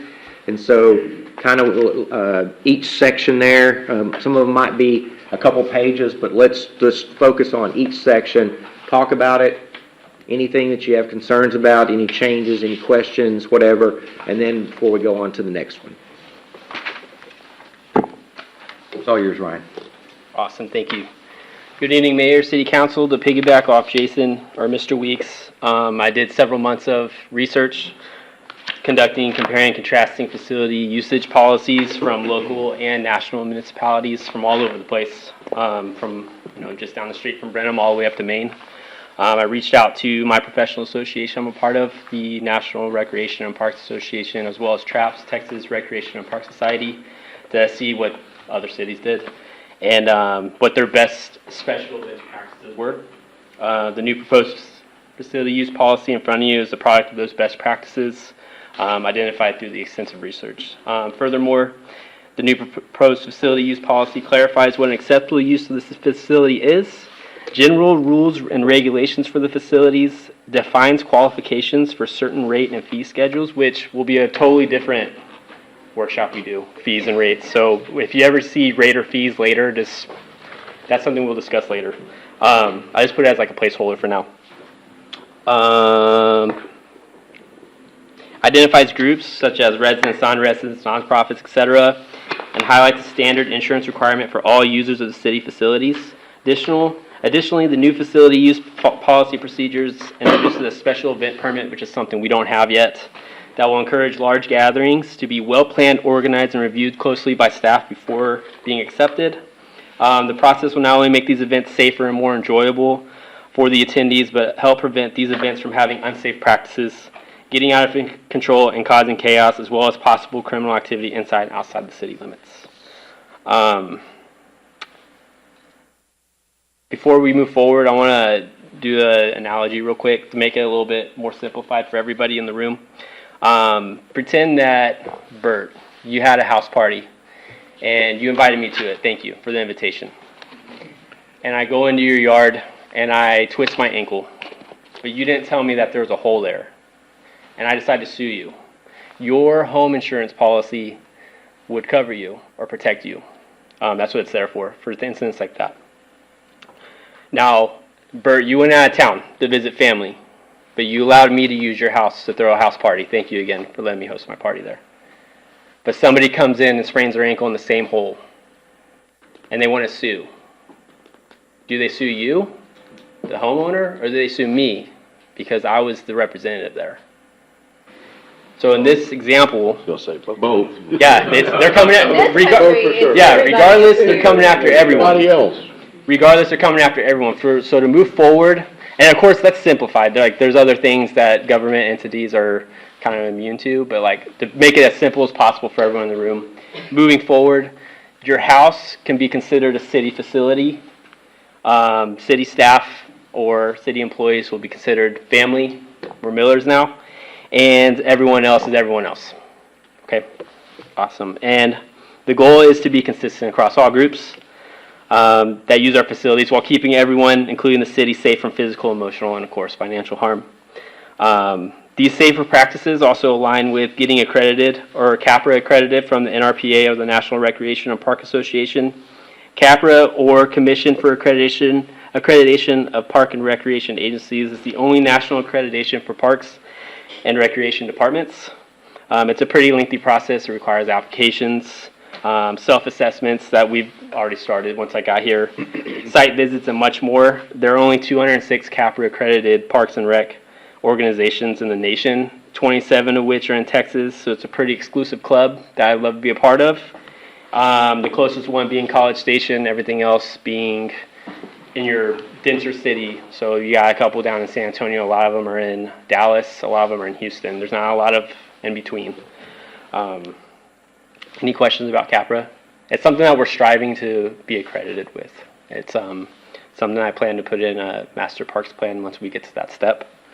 So here we go. Let's start it. The 8-page policy, I think, is what it is. The purpose and scope. So the city of Navasota has limited facilities that may offer opportunities for public use. The facility use policy is designed to govern the use of city-owned facilities by the community base. There we go. Community-based and other nonprofit groups and organizations, the state, county offices that are not directly associated with the city of Navasota. This policy describes the terms, conditions, allowable uses, and the user qualifications required for the utilization of the available facilities. These standards are intended to facilitate orderly processing of reservation requests and to preserve the non-public forum status of the facilities. Current policy that we have in place by the city was written, I couldn't find any data on that or any history on that, but I do know that it hasn't been enforced to its entirety in at least the last 15 years. Thus has resulted in some inconsistencies with groups, and in some cases, misuses of the city facilities and parks. Adopting a new policy will reset and allow us to start fresh. So any questions about the purpose and scope? Great. Interpretation and implementation. The city manager and/or the city manager's designee shall have the responsibility to administer and enforce the facility use policy and shall have the authority to deny or terminate the use of a facility if a determination is made that the use does not conform to the requirements of the facility use policy. City manager has the discretion to make changes to the facility use policy and may restrict public access to any meeting rooms, city access, or city-owned property that the city manager determines not suitable for holding public events. At the discretion of the city manager, the city may waive any requirements of this policy if the result of said waiver would be in the best interest of the city. The city manager shall have final authority to interpret the facility use policy. So in short, Mr. Weeks would be the only person allowed to interpret the facility use policy. I wouldn't have, or any of the staff. Any questions about that? Having that one person keeps it consistent, because the one person makes the choice, then we don't have one It says the person. city manager or his designee. Yes, sir. So like if he decides to delegate that to me, then it'd just be me making it, or delegate to the Or assistant to the city assistant manager. city manager. Yes, sir. Correct. If Jane Doe come in to rent one of the city buildings or grounds, when is it deemed that it's suitable? That the special events permit will kind of cover that. Okay. If I don't answer that question for you, please ask me again and I'll try to clarify. Short answer is, if it does not meet with the goal, the mission, vision, or core values of the city. Oh, that part's covered under the prohibited uses. Moving on.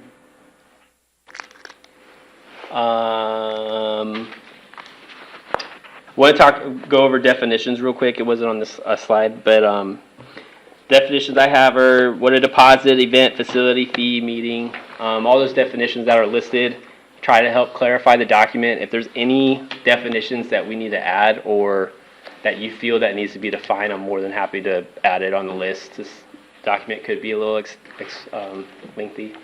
Yeah, one of the things we added was the non-resident, defining what that means.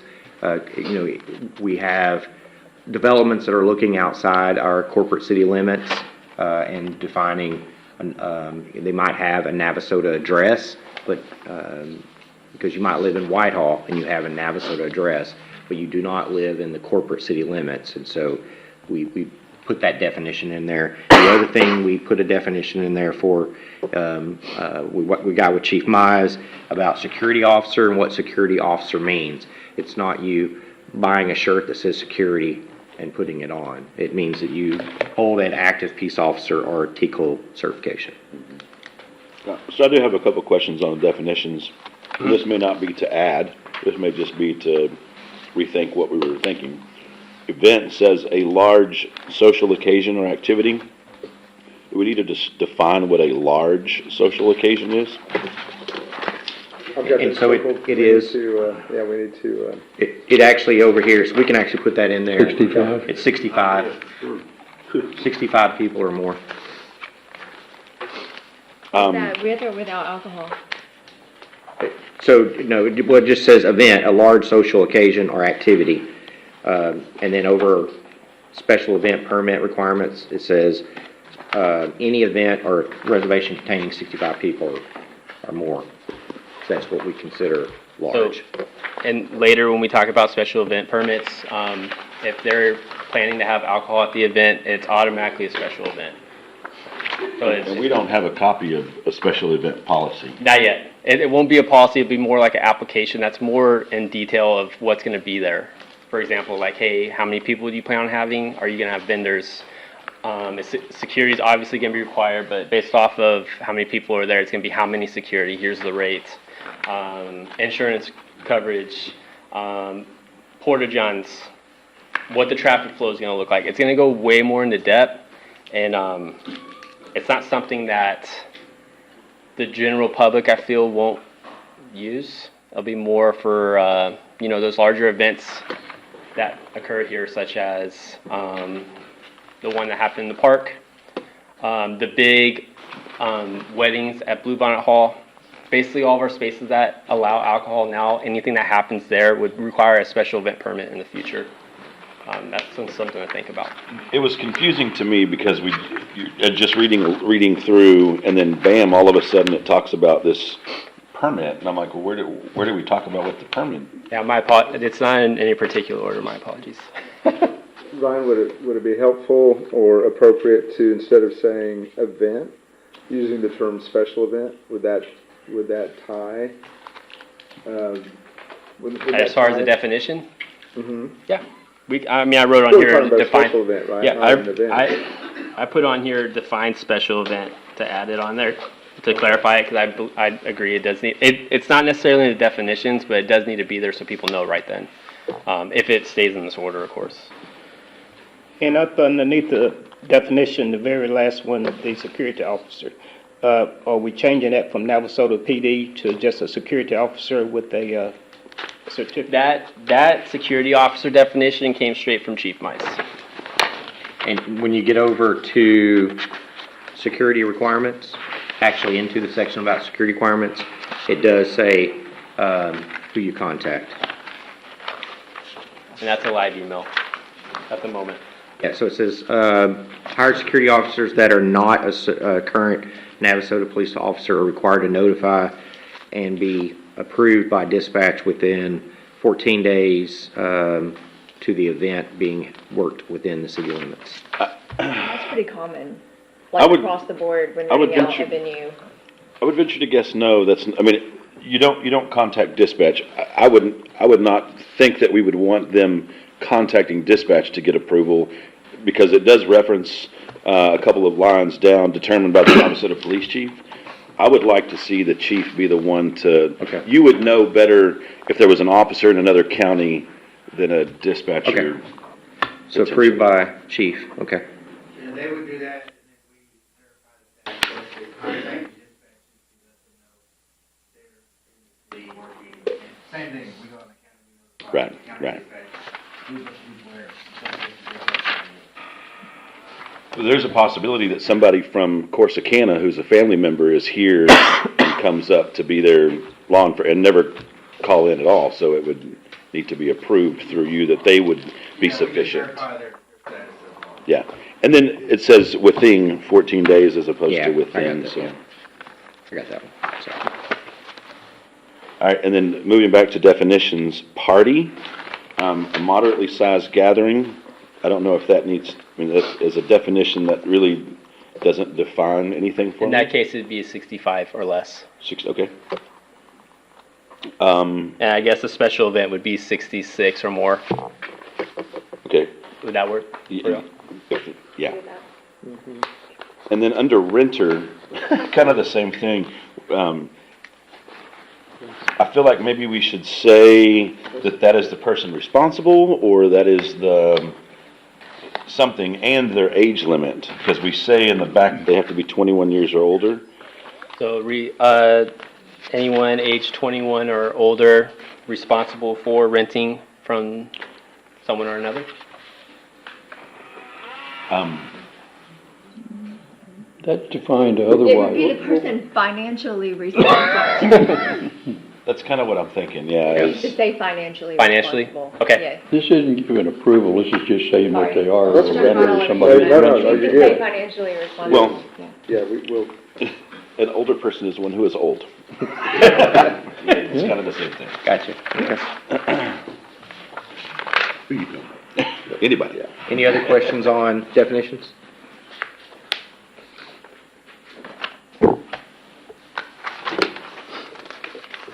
All right, general facility usage. Facilities of the city of Navasota are primarily designed to accommodate the programs, activities, meetings, and of various city departments, the city council, and city boards and commissions. It is intended that these facilities be used to the fullest extent for these primary purposes. Accordingly, city government functions shall in case take precedence over all other activities at city facility. Specified meeting rooms, banquet halls, pavilions, parks, etc., and certain city facilities while not being used by the city shall be made available to community residents, non-residents, community-based, and nonprofits, and state county offices. Excuse me for my typo there. Each individual, group, or association is subjected to the fee schedule based on qualifications. Again, we'll talk about that on a later date. The city reserves the right to close the meeting rooms, banquet halls, pavilions, parks, etc. for public use and terminate the limited public forum at any time. So essentially, basically the city facilities are the cities to use as we seem fit and are open to rentals at time not being used. And of course, we have reserved the right to cancel anything at any time. Shouldn't we have something in there about the enjoyment of the citizens, the use and enjoyment of it by the citizens? Making it all about the city and the city's functions. But we don't have the parks for our functions, we have the parks for their use and enjoyment. Harry, can you get some language in there, you think? Sure can, you bet. Yeah, where would we put that? Like, Just the last bullet point. okay. We're in the first line, Yeah, up there. primary, just at the end, and commission and enjoyment of the cities. Yeah, add it to the, Yeah, The last bullet. that first bullet. yeah, designed primarily to, yeah.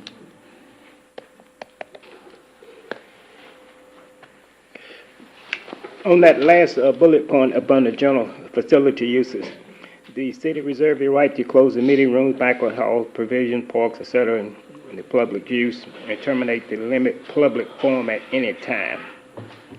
Can you explain that? Yes, sir. So if we allow, like, I'll use the church example. If a church uses our facility and another church wants to use it too on Sunday, well, we have to open it equally to both. And at any time there's a problem where people are causing a riot or however you see fit, like, we just cancel it for everybody. And as far as like a church would go, Kerry thought that was a good thing to leave in there. He might be able to explain it a little bit better than I can, because that's definitely legal word or legal wording. The public forum part. You bet, yeah. So public property is divided into three types of forums. You've got a traditional public forum, it's your parks, it's your streets where you can express yourself. You can exercise your unlimited, or the First Amendment rights that you hold under the Constitution in those traditional public forums. The city on public property can designate what's called a limited public forum. For example, we can say, okay, we're going to open up the hallways here for display of art. That's a limited public forum where you're saying, okay, we're going to designate this portion of this facility for that kind of expression, and you get to decide what expression or what the use is must be related to. For example, the facilities. We're opening up city facilities for meetings, for organizational meetings, those sorts of things, and so that's would be considered a designation of a limited public forum. Then there's also areas of public property where there is no public forum. Those are your private offices. Those are your restrooms, those sorts of things, where there's no designation of an area where a person would necessarily have access or the ability to exercise their First Amendment rights. So what this is saying is that if the designation of these areas, as Ryan mentioned, becomes an issue, then we would have the ability to, if somebody's exceeding the purposes for which these limited public forums are designated, then we would have the right to shut it down and stop it.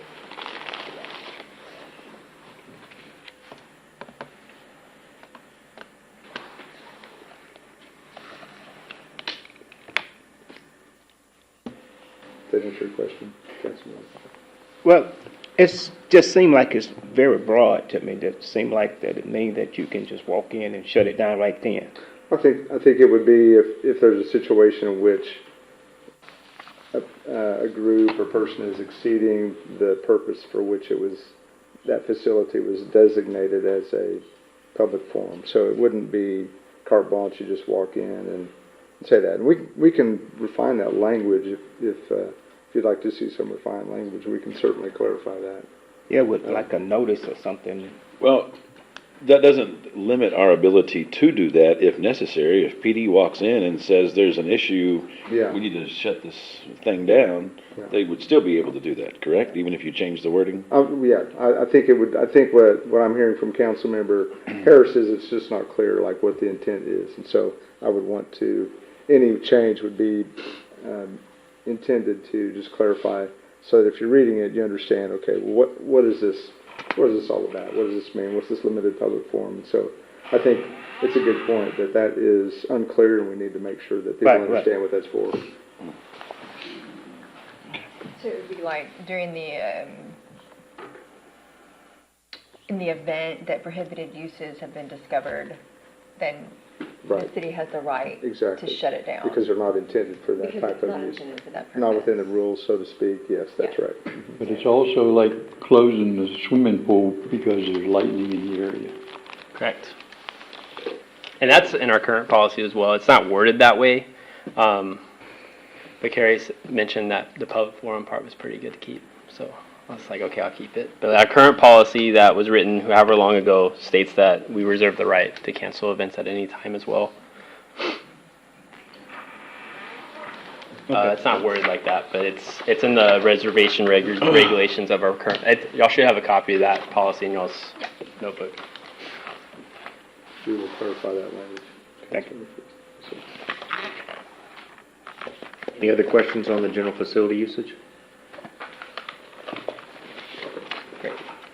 If y'all can go ahead and star prohibited uses, I'm going to go into a couple of examples with y'all too with this one, because it could be a moment of discussion for us. The city facility shall not be used for the following: any commercial business, fee-based or promotional activity, any programs involving the sale, advertising, or promotion of products or services, any business firms and other for-profit organizations soliciting or selling products or services regardless of purpose, any meeting or activity that solicits funds or donations or accepts such for attendees, any political fundraiser, political advocacy, or other partisan political meetings, rallies, or campaign activities, events, any meeting whose noise levels will interfere with the other reserve activities in adjacent rooms and properties, any groups that will have participants in excess of the occupancy limits, any illegal activity, any purposes contrary to federal, state, or local law, any activity not consistent with the general business purpose of the building, and any other use that deviates from the City of Navasota's mission statement, vision statement, and or core values. So essentially, that should cover almost everybody that wants to use the facility for their own personal financial gain. The examples I have are, right now with our current policy, a third party can reserve the facility for a significantly reduced cost. A third party can host classes in a reserved space that have inherent risk. A third party can charge X amount of fees, whatever they choose, to attendees, resulting in undocumented profits. The third party has keys to the facility for use of the facility at any time, posing security issues. Third party does not hold an insurance policy, or an insurance policy was provided within the last month. These are facts. Been practicing for the past 16 years. Estimated revenue for the last 16 years based off of what we charge now to this third party times 16 years, 5 sessions a year at $160 is $12,800. And then the estimated potential revenue for the last 16 years, if we were to have enforced the current policy that's in place already, would have been 16 years, 40 times 40 weeks, which is 5 8-week sessions, 2 meetings per week, 16 years at 125 for the room, would have been $160,000. Total estimated lost revenue is $147,200 over the last 16 years, and this isn't including storage fees that are also in the current policy and fees from fees that we would acquire as a percentage for the fees that they charged their participants. I'm sorry, I've totally lost you. You said those are facts. I don't. So we currently have somebody We have someone doing that right We have now. somebody doing that we should have charged 100 and whatever thousand based on. Yeah. We have made 12,800 the past 16 years. Yeah. Should have made 160. Okay, so you're just explaining that if we were to adopt this new policy, even though we don't know what the fee schedule is for this new one, that's what. Using current rates. Using the current rates. Okay, well, okay. Which is a substantial amount of revenue that could have been used to fix the Navasota Center, the pool, the Horlock House, all those things. And again, this isn't including the percentage that we'd get from the fees that were charged to participants and the $50 a day for storage fees that we could have been charging 365 days a year, so 50 times 365 times 16. We got a place over there where you can store stuff at? Say again? I said, we have a location over there where you There can is a store location stuff? over there that we can store stuff for their purposes. That they store stuff. Yeah, that they use currently. store stuff, yes. Currently. I don't think that, I know I may be jumping the gun here, but I think that we need to make it affordable for people to use instead of Correct. pricing them out of it here. And I'll explain that later when we get to, there's another section in here that, another option that I'll explain to you. Another example that's currently happening with the current policy is a third-party group was using the facility for free for gatherings.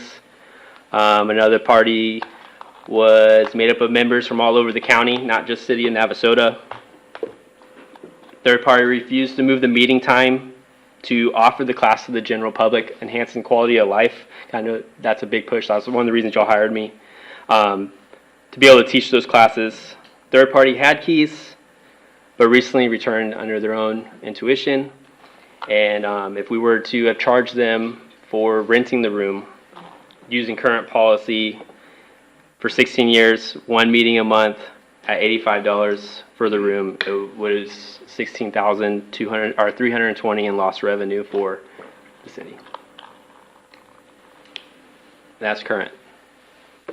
Now, the option I'm proposing, well, there's several options on here, but I'm sorry, let me interrupt you again. Yes, Have we moved from prohibited uses? yes. Because, okay, well, I'm not. Well, no, we're still on it. I'm just giving you examples of what's happening right now. Okay, not under rates, fees, and deposits, which is the No, next sir, section. we're not there yet. Option A would be to modify the current practice. The third party is allowed to continue to use the facility for their specific use at the discretion of the city. Third party reserves the facility according to the new policy, insurance requirements, all that to protect us from liability. Third party provides the additional documentation for rosters and attendees and profits made.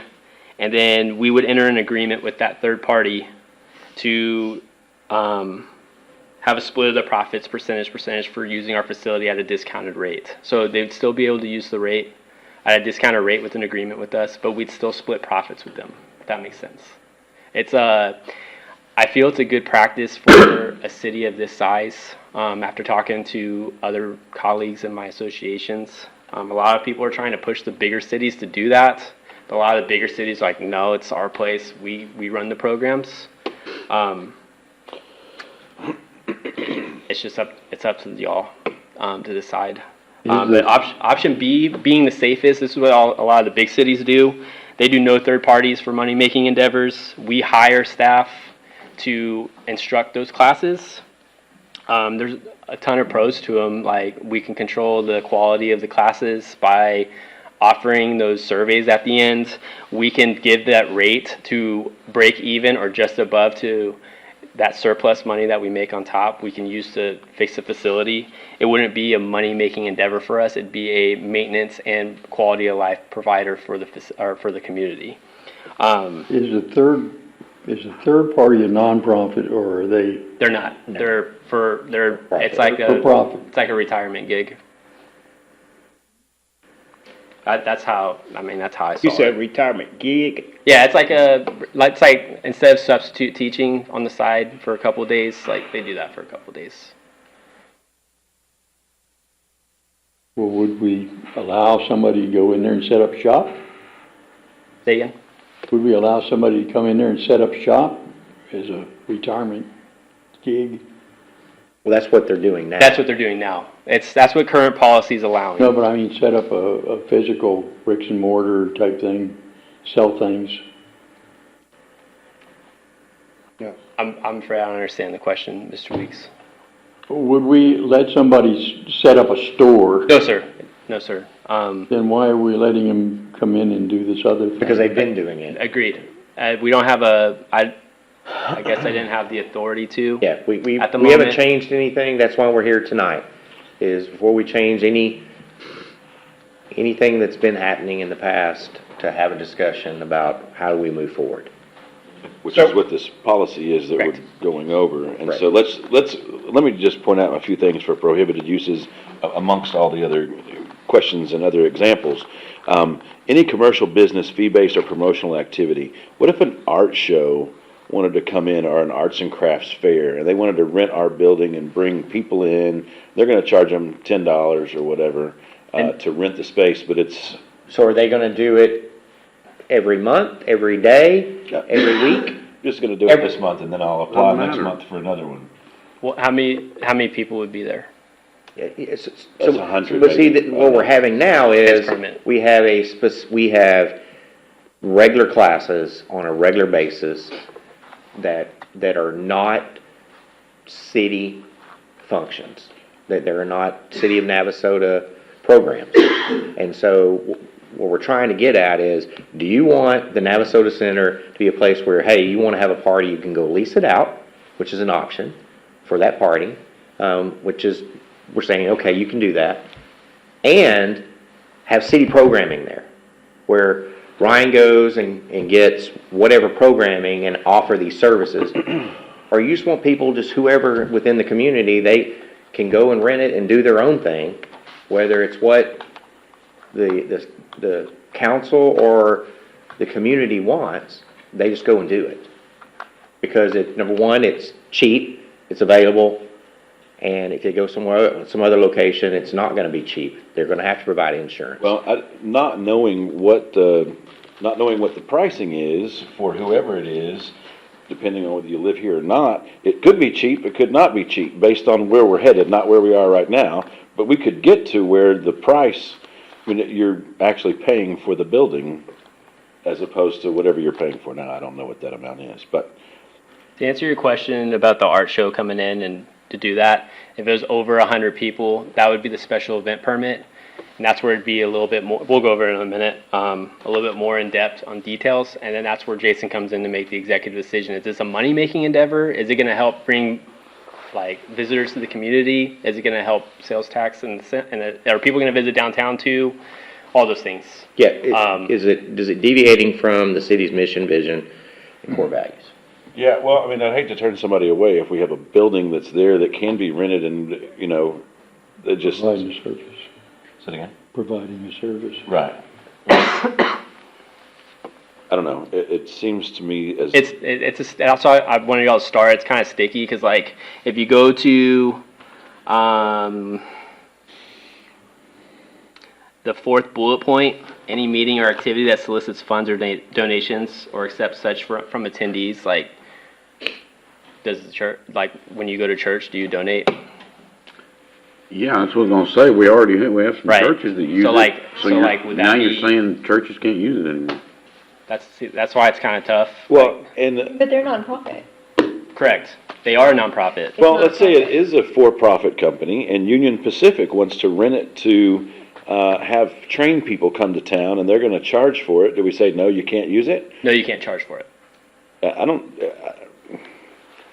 I guess where that could come in, but the library hosted the Union Pacific Railroad Company. Every week they had meetings, and there was UP all over the parking lot, and they would, have meals Right. and all of that here, so And I again, don't- we're not focusing, and maybe we just need to work on working on some of the language. We're not trying to push away those one-time events. What we're talking about is sometimes 3 times a week, sometimes it's every day, those type activities, because you are filling up the rooms. So the question is do you want the city to do programming at the Navasota Center? If that's what you're wanting. If that's the question, yes. Okay, But I so- also want it, when we're not doing that, for people to be able to rent it. So That's revenue. So if Why someone would they wants turn to, that down? if someone wants to provide a yoga class 3 times a week or something like that, and they are looking at it and they come to us and say, can we use the Navasota Center? What are their options? They're gonna charge now, they're gonna get paid for their time. Somehow they need to do this. Is profit or non-profit is kind of questionable about This says no. which one. It's very, But- yeah, it's not profit, I promise you that. Yeah. Well, that's what I mean. I mean, There's no profit in teaching yoga. They're Or I'd still be doing it. they're getting money for their time, basically. They're almost like a salary Yeah, type. so we do have a case of that, and so we had 2 The options. same thing with art classes. So, There's so no what are profit the, in it. yeah, our classes, So the option was, we put them on as I have them right here, Jason. I have them right here. So it's either to modify the practice to let us get, we'll come in an agreement. So if Union Pacific wanted to come in and charge, for your example, like we'd go into an agreement to get some of those profits as well. Because why is it fair for Union Pacific, someone that's not even Navasota based, to come in and use, to use a taxpayer facility And that's what it without boils paying down for to, it? is that taxpayers pay for these facilities through their tax dollars, and you cannot make a profit off the back of the taxpayer. That's the whole point of that particular conversation. Yes. My whole thing is that there's no profit in art and yoga, I can tell you that. Right. I got it, but then it gets back to And I where, don't think that the city is currently capable of offering those things in a very good manner. No offense, Ryan. Yeah, I totally get We it. do not have the I'm very resources for flexible. that. Are you flexible? I'm gonna call you out on that tomorrow, on the lawn, buddy. I'm sorry to I cut think the you off. percentage would be better, but that's the next thing you're gonna talk about. Yeah, so what I was telling Raina, so option A would be the modify the practice only. Option B would be what most cities are doing, which is like no third party money making endeavors. We'll do it all in house, essentially. And then the employees are covered under the insurance policy from TML.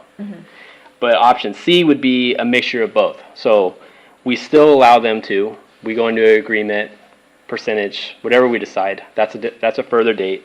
And I still offer through the city. So I still hire instructors to do supplemental for the times that aren't being offered by that third party. For example, let's say we want to have a yoga class that's happening. Let's say yoga is the third party that's happening right now. They only offer from 4 to 5. Well, I'll have another instructor that's hired by the city to do from 6 to 7.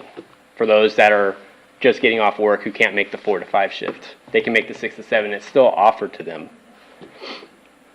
And then the fee associated with the cost of the quality of, the employee would be to offset the employee cost. And if there's any additional funding on that to provide extra equipment or any facility updates we need to do. it wouldn't be thousands of dollars, it'd be like a dollar or two here and there. And then that still opens it up to non-residents who would pay a non-resident fee. What is the rental fee? I mean, because if you're talking $100 versus $600, that's probably well, clearly a big difference. What's the fee? Currently for the room being used? Yeah. Not off the top of my head, from the formula I gave you a second ago, it was $125 for the room that one party is using and $85 for the other.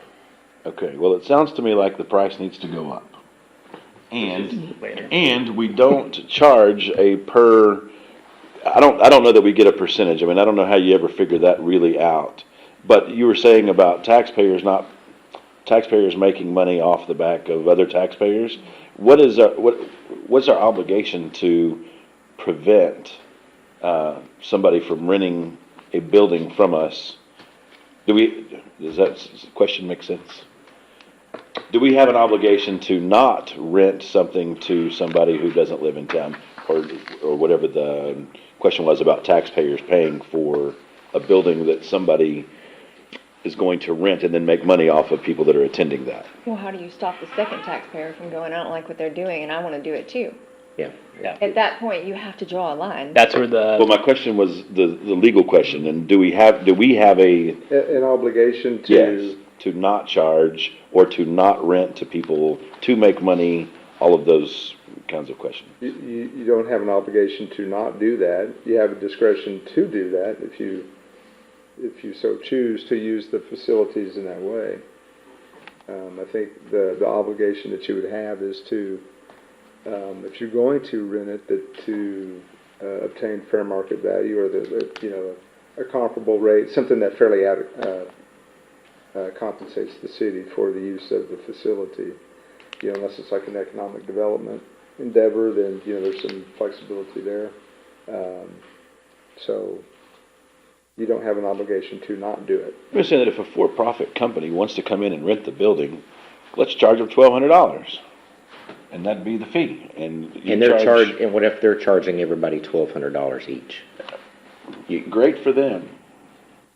I mean, that's not going to happen. Well, it could happen, but anything could happen. But I'm thinking of something that's small, that a group wants to come and have their, management meeting at our Navasota Center. Why couldn't we? Okay, They totally we get that. So, okay, let's use that for example. So you had the $1,200 for that. And then we get back to the yoga person that wants to charge her people, whoever are his people that are coming in. Do we charge that person $1,200? Nope, because they're not a for-profit or Yeah, whatever. They are profit. Well, then yes, charge them. Why not? See what I'm getting at? So, Well, then that alleviates the question of whether or not the city should be hiring somebody to go down there, because they're not going to pay to go to the guy spending costing $1,200. Ideally, the city would love to be able to have seasonal, part-time yoga instructors, art class I think people. that's a great idea, but we did our best to get this guy on board, and I would hate to set all this up for whatever may happen in the future. The safest option is definitely to do the no third parties for money-making endeavors, for sure. That's why all the big cities have done it. College Station does it. Bryan does it. Brenham doesn't have the staff to enforce it, because I don't think they've updated their policy like we're about to do. This is kind of like our foundation to build off of. Sure. And having that one person who's able to interpret it will help clarify a lot of the nonfeasance that's occurred in previous years.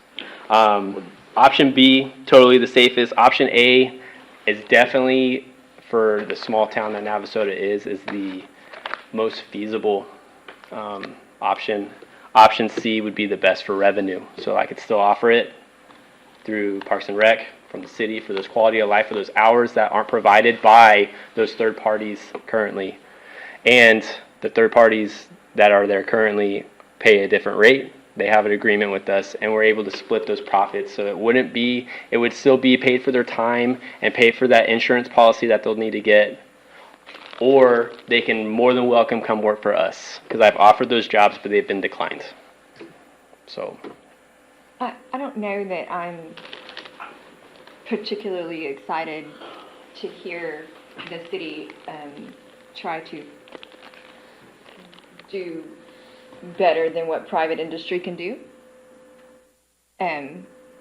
I will say that I struggle with the city coming in and saying, well, we'll just hire people to do these jobs when these things have been going on for a while. I think that there's definitely some better ground to stand on in that situation. I think that the city should be very careful to not step on the toes of private citizens that are making money. Obviously, that's what they've been trying to do. It does not sit well with me. Government will never do better than private industry, ever. And I think that the city would be better suited, especially right now, to work with private industry in a partnership to provide services. That's just my personal opinion. I don't think the city is set up yet to do anything larger or grander than that. And I think there are plenty of people within the city that can provide those services that would be more than happy to work with the city to get those things done so that these things can be provided. And then if you find that you can't find someone that doesn't want to help, if we have people coming to us and knocking down the door and saying, we absolutely have to have yoga classes 5 days a week, and there's only one person doing it for 2 days a week, and you go, hey, people want us to provide more classes, and if you can't, this is our plan to do that. But right now, I don't see that we've got people knocking down the door to take yoga 5 days a week. We can do that. So what about liability? Yeah, How the insurance. are we gonna handle the liability part of that then? How do you handle the liability part of that? Well, There is no profit in any of We these get to things that as as it we is. get along, don't we? Yeah, I mean,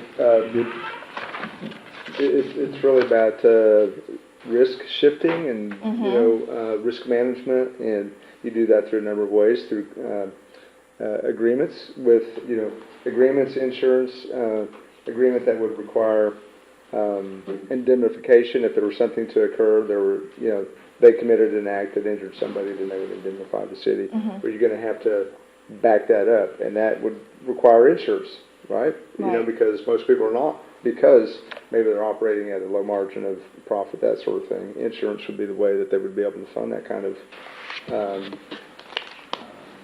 responsibility or liability. And so the question is, well, how much does the city want to shift? That's really the question. And when it comes to insurance and how you arrange this, is there, which is a policy decision, you can shift it all, to the user. Is that how you want to run your facility? Who Is that how currently you want holds the to? liability insurance on the facility? I'm sorry. Who currently holds the liability I think insurance? it's on the facility? Is it all TML. TML? Yeah. Does TML offer a bonus package, an add-on to an insurance that says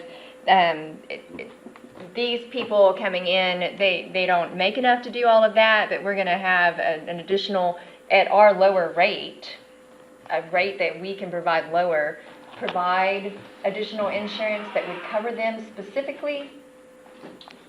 And then they would pay for that policy? Well, I think rental? I think right now the way it works that you correct me if I'm wrong, Jason, but we have general liability. We've got property insurance, which covers damage to the property. And we have insurance for police and other activities, that sort of thing. So if something were to occur on the property, that's the city's, that occurs and it's determined that the city is liable, then our insurance would cover that damage to that person or to the property that gets damaged. And so I don't think TML is going to offer insurance to a person or entity that is not an affiliate of the city. And so if they're a private third party, then I don't think there's going to be any insurance that they would be able to pay for from obtained from TML IRP to cover them. I think the city can Since TML is a risk pool, it's a little bit different too, rather than more of a traditional insurance. They have to handle it different through, not riders, but there's some agreement that can be dealt with. But I think just as a general matter, somebody who's not a city entity affiliated with the city would be able to obtain any coverage through TML. Now, maybe part of what you're saying is there something the city could add on? Yeah, Charge them, make them pay for that. right. That would cover That would cover that particular activity. Yeah. That's possible. I don't know the answer to that question. I mean, as But someone we can that, check. that has gone out and had to get insurance for when I do like a public project or something like that, I have to have my own liability insurance for just the 2-week period that I'm doing it or whatever. And what's that You get it cost? for events, Yeah, you know. yeah. What's that cost? It mean, just- depends Yeah. on what they Having an arts and require. crafts show for one day. I've never had to do So that. let's not always Usually the focus person around. usually the person having the event, in that case, the person hosting the event would be the one that had to provide the insurance. Yeah, that's what I'm saying. So can Bob Smith go to the Yeah, insurance you company can and go say, to your hey, I insurance need it company for right now. a day? Okay, so that's what we do. So you're focusing a lot on the I mean, Navasota Center, but we also require that from our sports associations that you, so the soccer club. But those are organizations that are organized and probably have bylaws and, you know, a Yeah, board they're and all board of that. But these are, members we're talking about individuals I got that it, but may we- want to rent the August Horse Park. But we still required that organization to get an insurance policy. But if it's not an It's an organization, Right. Yes, if it's an individual, then that individual is required to get insurance as well. Yes. Mm-hmm. Yeah. We have here a major release of liability. Why do we have that if we have everybody having insurance?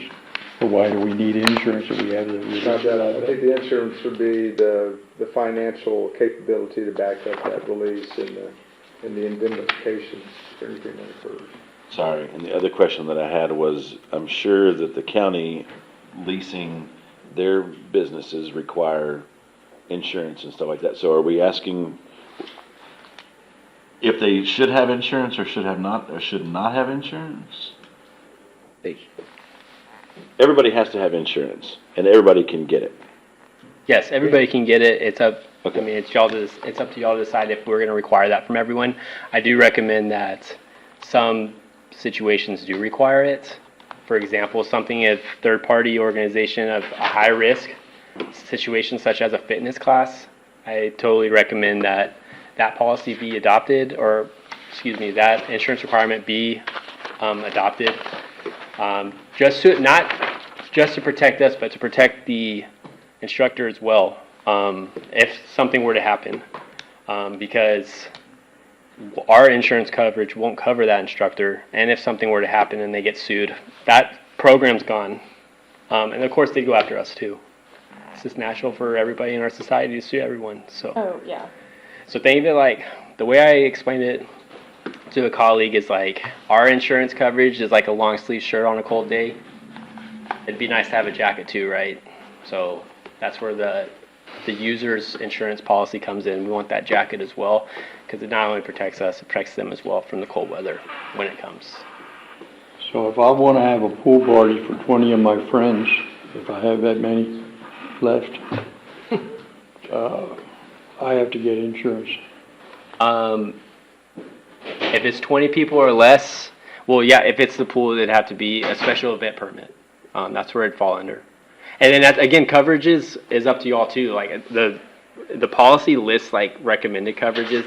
That's what other cities are doing, but it's up, like, we don't have to have that coverage amount. I just figured $1 million pretty much covers everything if something were to happen. And that's common practice to charge insurance for a party, for a pool party? The reason I added the pool party in there because it can hold more than 65 people. And that's going to be our flag on our new software that tells us that they're going to have a large event, which is what we defined 65 or more, or 66 or more. Okay, but I only want to have 20 people there. Well, I mean, you could still fill out the special event permit, and we'll disprove you. But it still I want a pool requires party with insurance 20 coverage. people and I need to get insurance. Correct. And that, when you go to apply for the insurance, it asks you what level of risk, how many people are going to be there, is there going to be alcohol? Because in the state of Texas, there's all that stuff. Because I've personally went in and like give an example of like, okay, I'm going to go charge a party for a baby shower. Mostly everybody's sitting down for the most part. 40 people. How much will it cost for this day of the week? Because the day of the week matters too. And I've found coverages as low as $50, and I've seen coverages as much as $200 based off of what you're doing. So it's up to the user to shop it. We can make recommendations, but we don't have any partnerships with anybody. That could be an avenue we did explore. I know some cities have like only these people are allowed, or only these insurance companies are allowed. That's up to us too. That's the beautiful thing about this night or this meeting is we're talking about it. But my recommendation for that section would be a mixture of both. Still require an insurance policy. If they happen to be employees with us, they're covered through TML. Those that are in third party come in agreement with us, and then that's where we could decide, hey, what our coverages are. What are you doing? Are you doing like an art class? Well, that's not that risky, is it?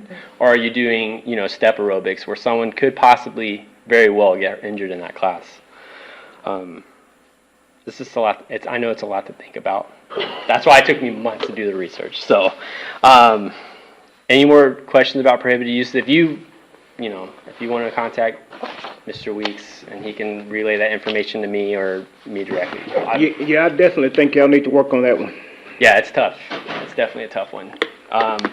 Rates and fees. Because you can go on, you can make all those predictions on how much we could have made all day long, but if they don't rent it from you, you get zero. Right. Correct. You got to think about that. Correct. Deposits are required to be paid in full for all reservations at the time of the request. Deposits will be reserved to reserve the time slot and will be applied to the cost of any damage occurring during the reservation. The cost for staff to remove trash from the facilities and grounds, and the cost from staff to clean up in any capacity should the renting party fail to do so. Any damage to the renting facility in excess of the paid deposit is personal responsibility of the renting party and will be charged directly to the renting party. This is where their insurance policy would kick in. All fees for a reservation must be paid 14 days prior to the event. Failure to pay the remaining balance by the time cancels the reservation and forfeits the deposit. Rental rates differ based off residency, nonprofit status, event type, etc. Refer to the rate qualifications below. That'll be later. Rental rates, fees, and deposits are subject to change without notice. Cancellations must be made in writing by email no less than 14 days in advance of the reservation in order to receive a full refund of all paid fees and deposits. Less than 2 weeks' notice will result in a loss of rental fees and deposit. That should say less than 14 days. My apologies.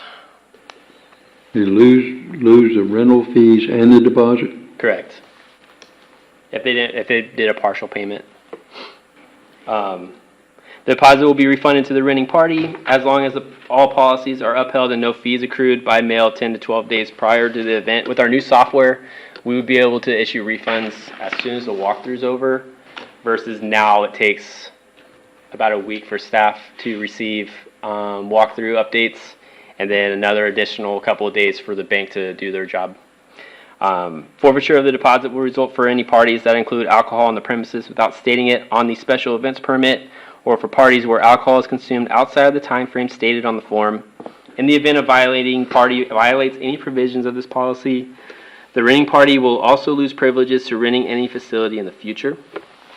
Important things to note are, it's pretty straightforward. 14 days notice. That gives staff ample time to schedule for it.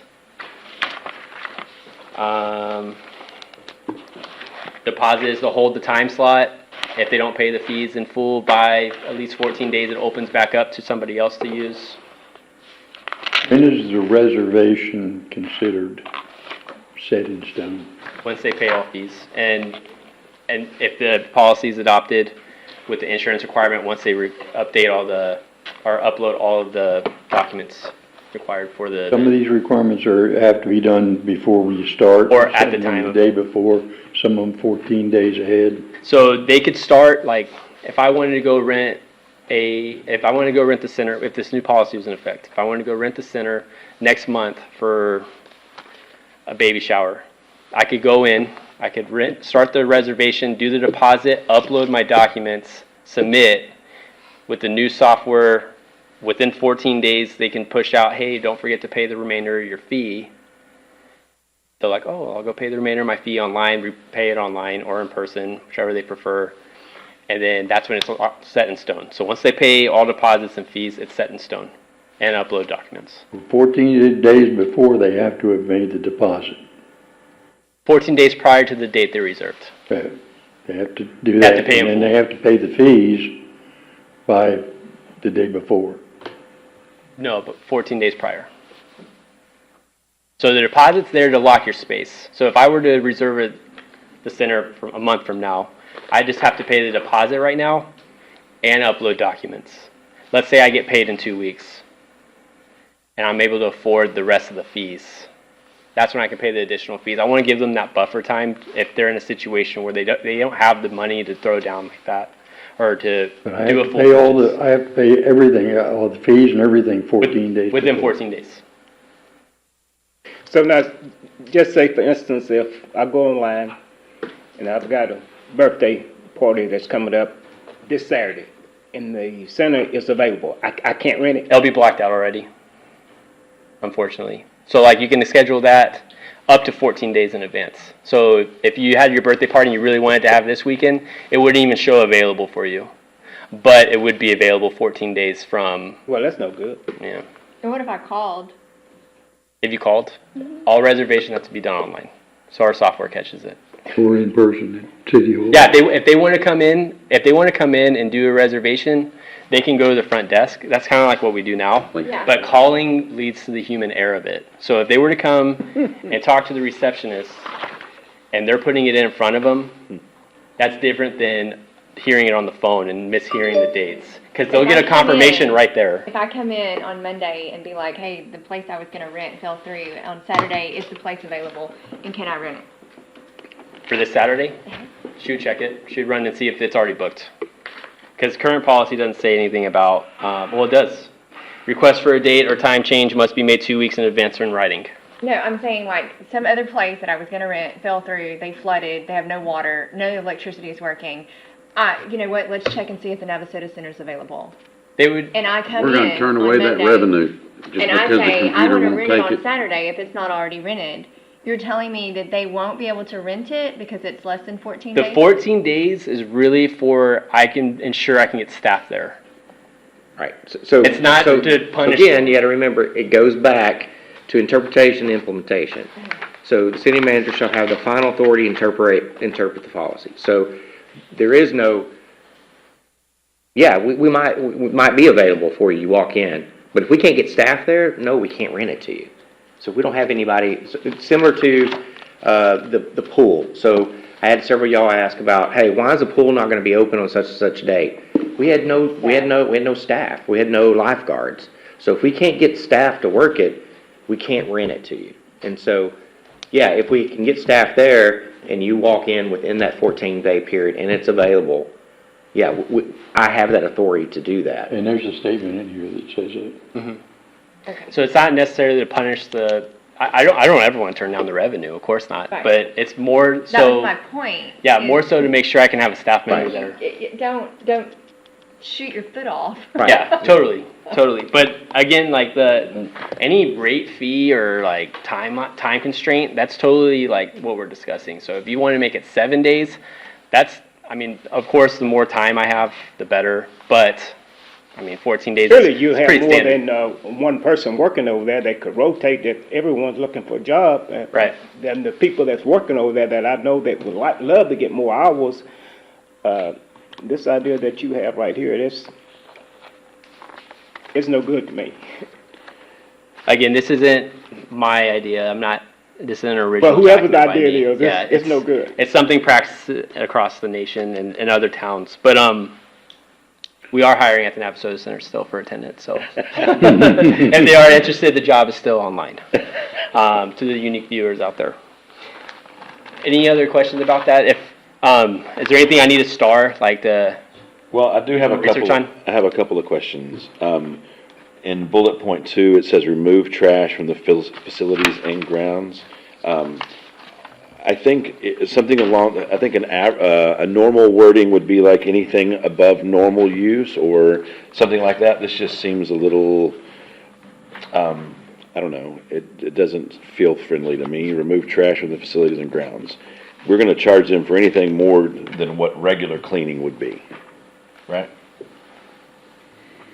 That's pretty much what you're And saying. I kind of to like see the future, the deposit will be based off of like what it would cost to bring a cleaning crew in. Because a lot of the time, our staff's stuck doing it, and it takes away from other parts of town where they should be. And it'd be easier for us to just be like, we're gonna hold your deposit, Okay. I call a cleaning crew, and then, So just mark that and see if you come up with a different wording. okay. The other thing is renting party is mentioned several times here, but it's not a part of the definitions, but it may be. Did you say that you added a renting party, or is this also the same definition as renter? We define party as, Oh. so the rent, No, you define a Yeah, party, yeah, which is a moderate size. Yeah, so renting, yes, we need to do. Yeah, so the Ryan, new- we need to, the renting party needs to be part of the renter. Yeah, okay. yeah. Um, It's the same thing. Yeah. Because I will tell you, the people that fill out the form are not always the person that's there. Well, I get it. This is what I do for a living. So instead of renting party, renter. Yeah. Or if it is renting party, let's just make sure that that's the definition that we're using, however you want to do it. The other, rental rates, fees, deposits are subject to change without notice. You're only requiring them to make the reservation confirmed 14 days prior. But if I know that my birthday comes in a year, I think we should at least say, or with 90 days notice. I think you should give, you can't just say, okay, next week it's going to be more. I think we have to say. Right, and if you, like, what I've been telling people is that, because you even said it yourself, that the rates need to go up. I've been letting people know, like, hey, if you're going to reserve, go ahead and do it now, because I'm going to honor it, whatever that fee is now. But later, if you were to reserve, it might be more. Yeah, well, let's not honor it. Let's say that with 90 days notice, we can change it. From 90 days notice? Okay. Yeah. Because if we call them and say, look, in 90 days, we're sorry, but cleaning supplies went up or whatever, they need to be aware and they can decide to keep their event or not. What you're saying, once they have already rented the place? Yeah, I'm saying that if I knew that a birthday party was going to happen a year from now and you signed up with me, I can contact you 90 days before and say, look, I'm sorry, but our rate's going up. We just got slapped with a big electric bill that didn't know we were going to have to pay extra amount. That's not my problem. No, I'm just telling you, that's what the renter's gonna say. I mean, I witnessed it. the odds of that happening are very slim. Yeah. I don't plan on do that. I just want to make sure, like, just in case if something were to happen. We needed thought to- that would not happen either, and then Of our course, gas that's why bill went way up. So, you gotta put it- cancellations must be made in writing, but what is must be made? It really should be received by the city, because if I send you an email, that doesn't mean you've received the email. So Yeah, I think you're that right. we Must have be to. received. Yeah. Yeah. And I think you changed the less than 2 weeks to actually 14 days to keep the normal, and that's all that I have. Which your booking software will provide the ability to cancel.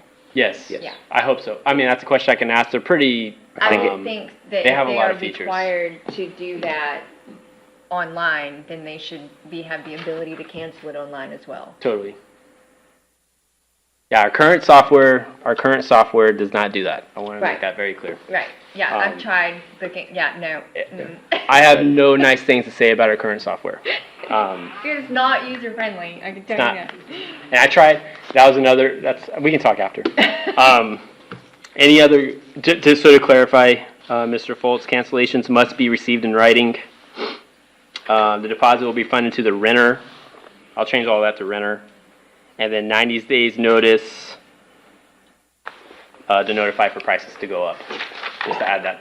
I've got another question on the, next to the last bullet here. It said that forfeit of deposit will result in any parties that include alcohol on premises without stating it. 2 weeks to 14 days, that was the other. So if there's evidence of it, like there's bottles or caps left there, they violated our policy, meaning they're not doing the special events part, which means they had an event there that didn't have security that we require because there's alcohol present.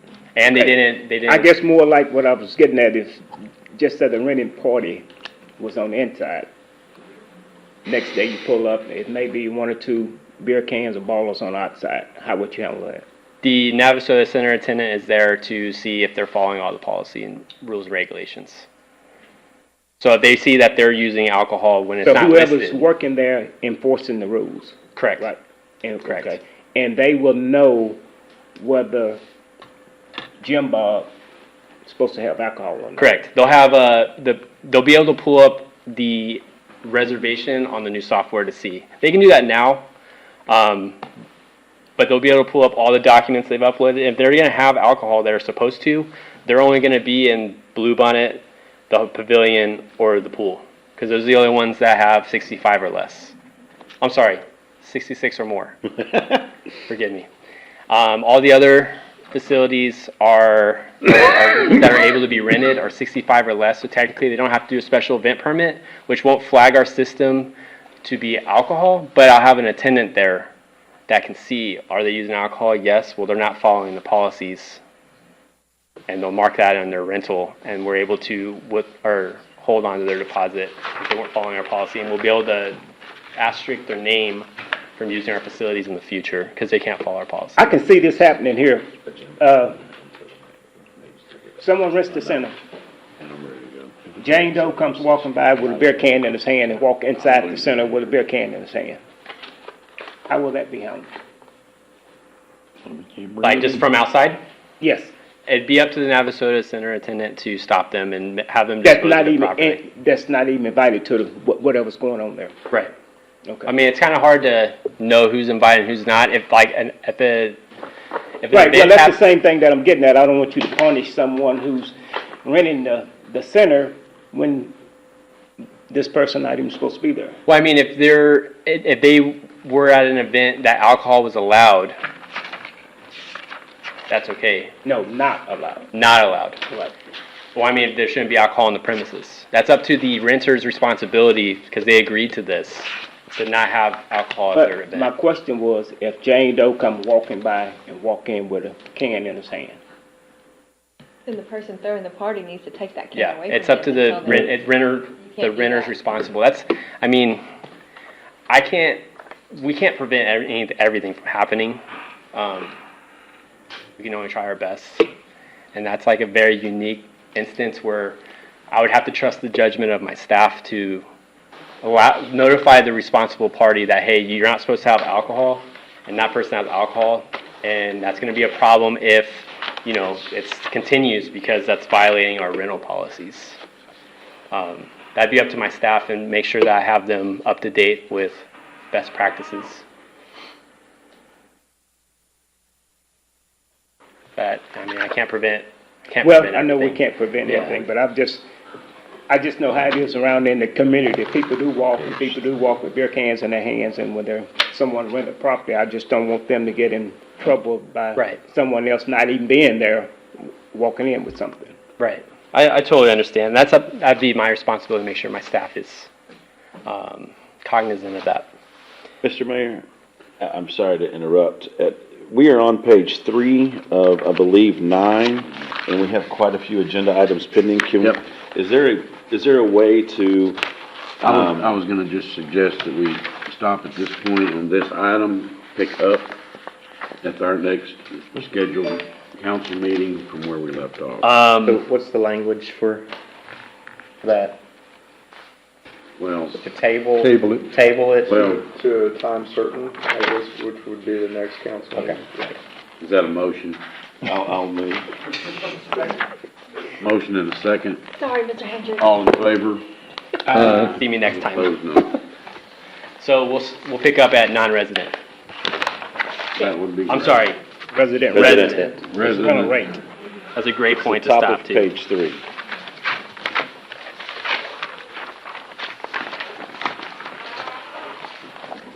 Thanks, guys, appreciate it. Thank you. I'm sorry that there's a lot of. I know, it's tough, it's tough. Thank you, sir. And in between the time, if it can be condensed, that would be great. Did we vote? Yeah. Yes. There's unanimous. Good. Do we all say aye? All in favor? Tired on it. All in favor? Aye. Any opposed? Thank No? you. Okay. They did. Josh I thought we did, but we did it again. We did. Just to be sure. Double confirm. Item 8 is the consent agenda. Belt suspended. Want a replay on that? What are we doing? Consent agenda. Oh, yeah. That's Bernie. Consent agenda is a second reading of ordinance 1034-23, which is amending the project plan, finance plan, and expansion of zone boundaries in the city of Navasota tax increment reinvestment zone number 1. Second reading of ordinance 1035-23, approving tax year 2023 tax roll Grimes County portion, and 1036-23, approving tax year 2023 tax roll Brazos County. Mr. Mayor, I move that we approve the consent agenda. Second. Motion by Mr. Gessner, second by Mr. Phillips to approve the consent agenda. Any further discussion? All in favor, say aye. Aye. Any opposed? Seeing none, item carries.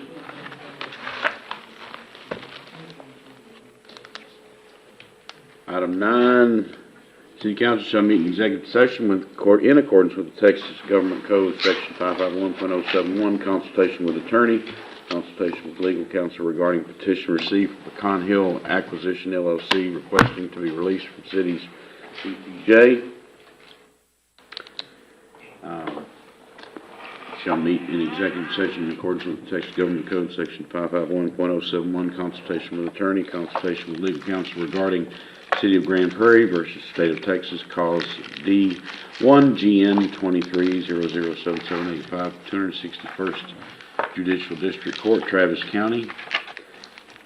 Shall meet in executive session in accordance with the Texas Government Code, Section 551.072, deliberation regarding real property for the purpose of discussion and deliberation regarding City of Navajo's potential acquisition of real property for city projects and purposes.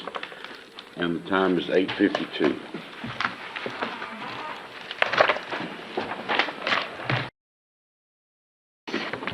We'll reconvene in open session at 9:40 p.m.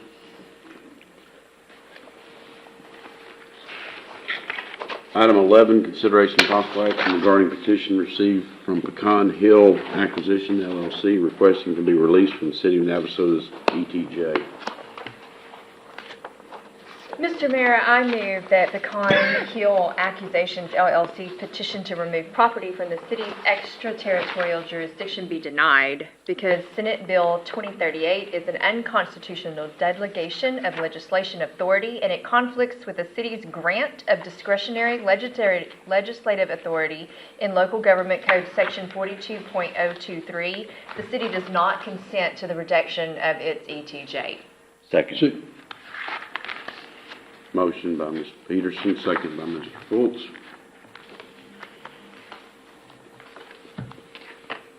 To read the motion as stated. Any further discussion? All in favor say aye. Aye. Aye. Any opposed? Seeing none, item carries.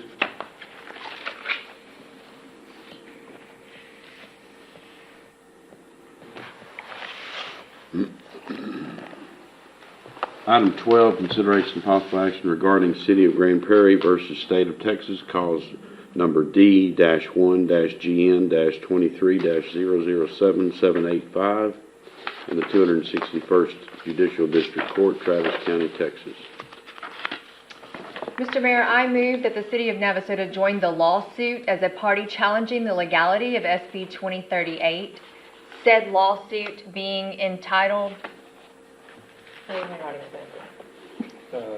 City of Grand Prairie.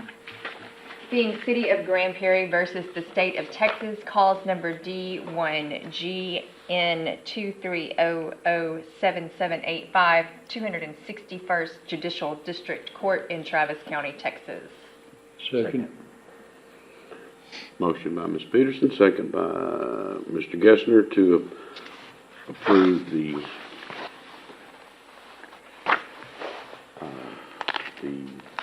Motion joining the lawsuit, as read in the motion. Any further discussion? All in favor say aye. Aye. Any opposed? Seeing none, item carried.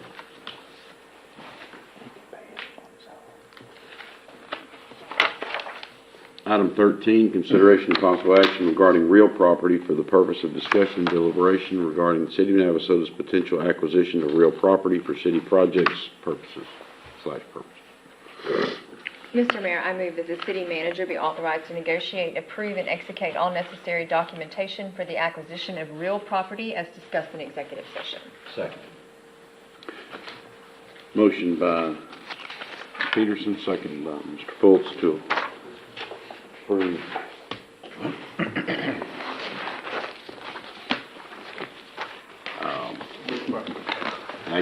Approve the action for real property for the purpose of, excuse me, I just lost myself. Authorizing the city manager. Yes, I'm sorry. Authorizing the city manager for deliberation of the acquisition of real property for city project purpose. Any further discussion? All in favor say aye. Aye. Any opposed? Seeing none, item carries.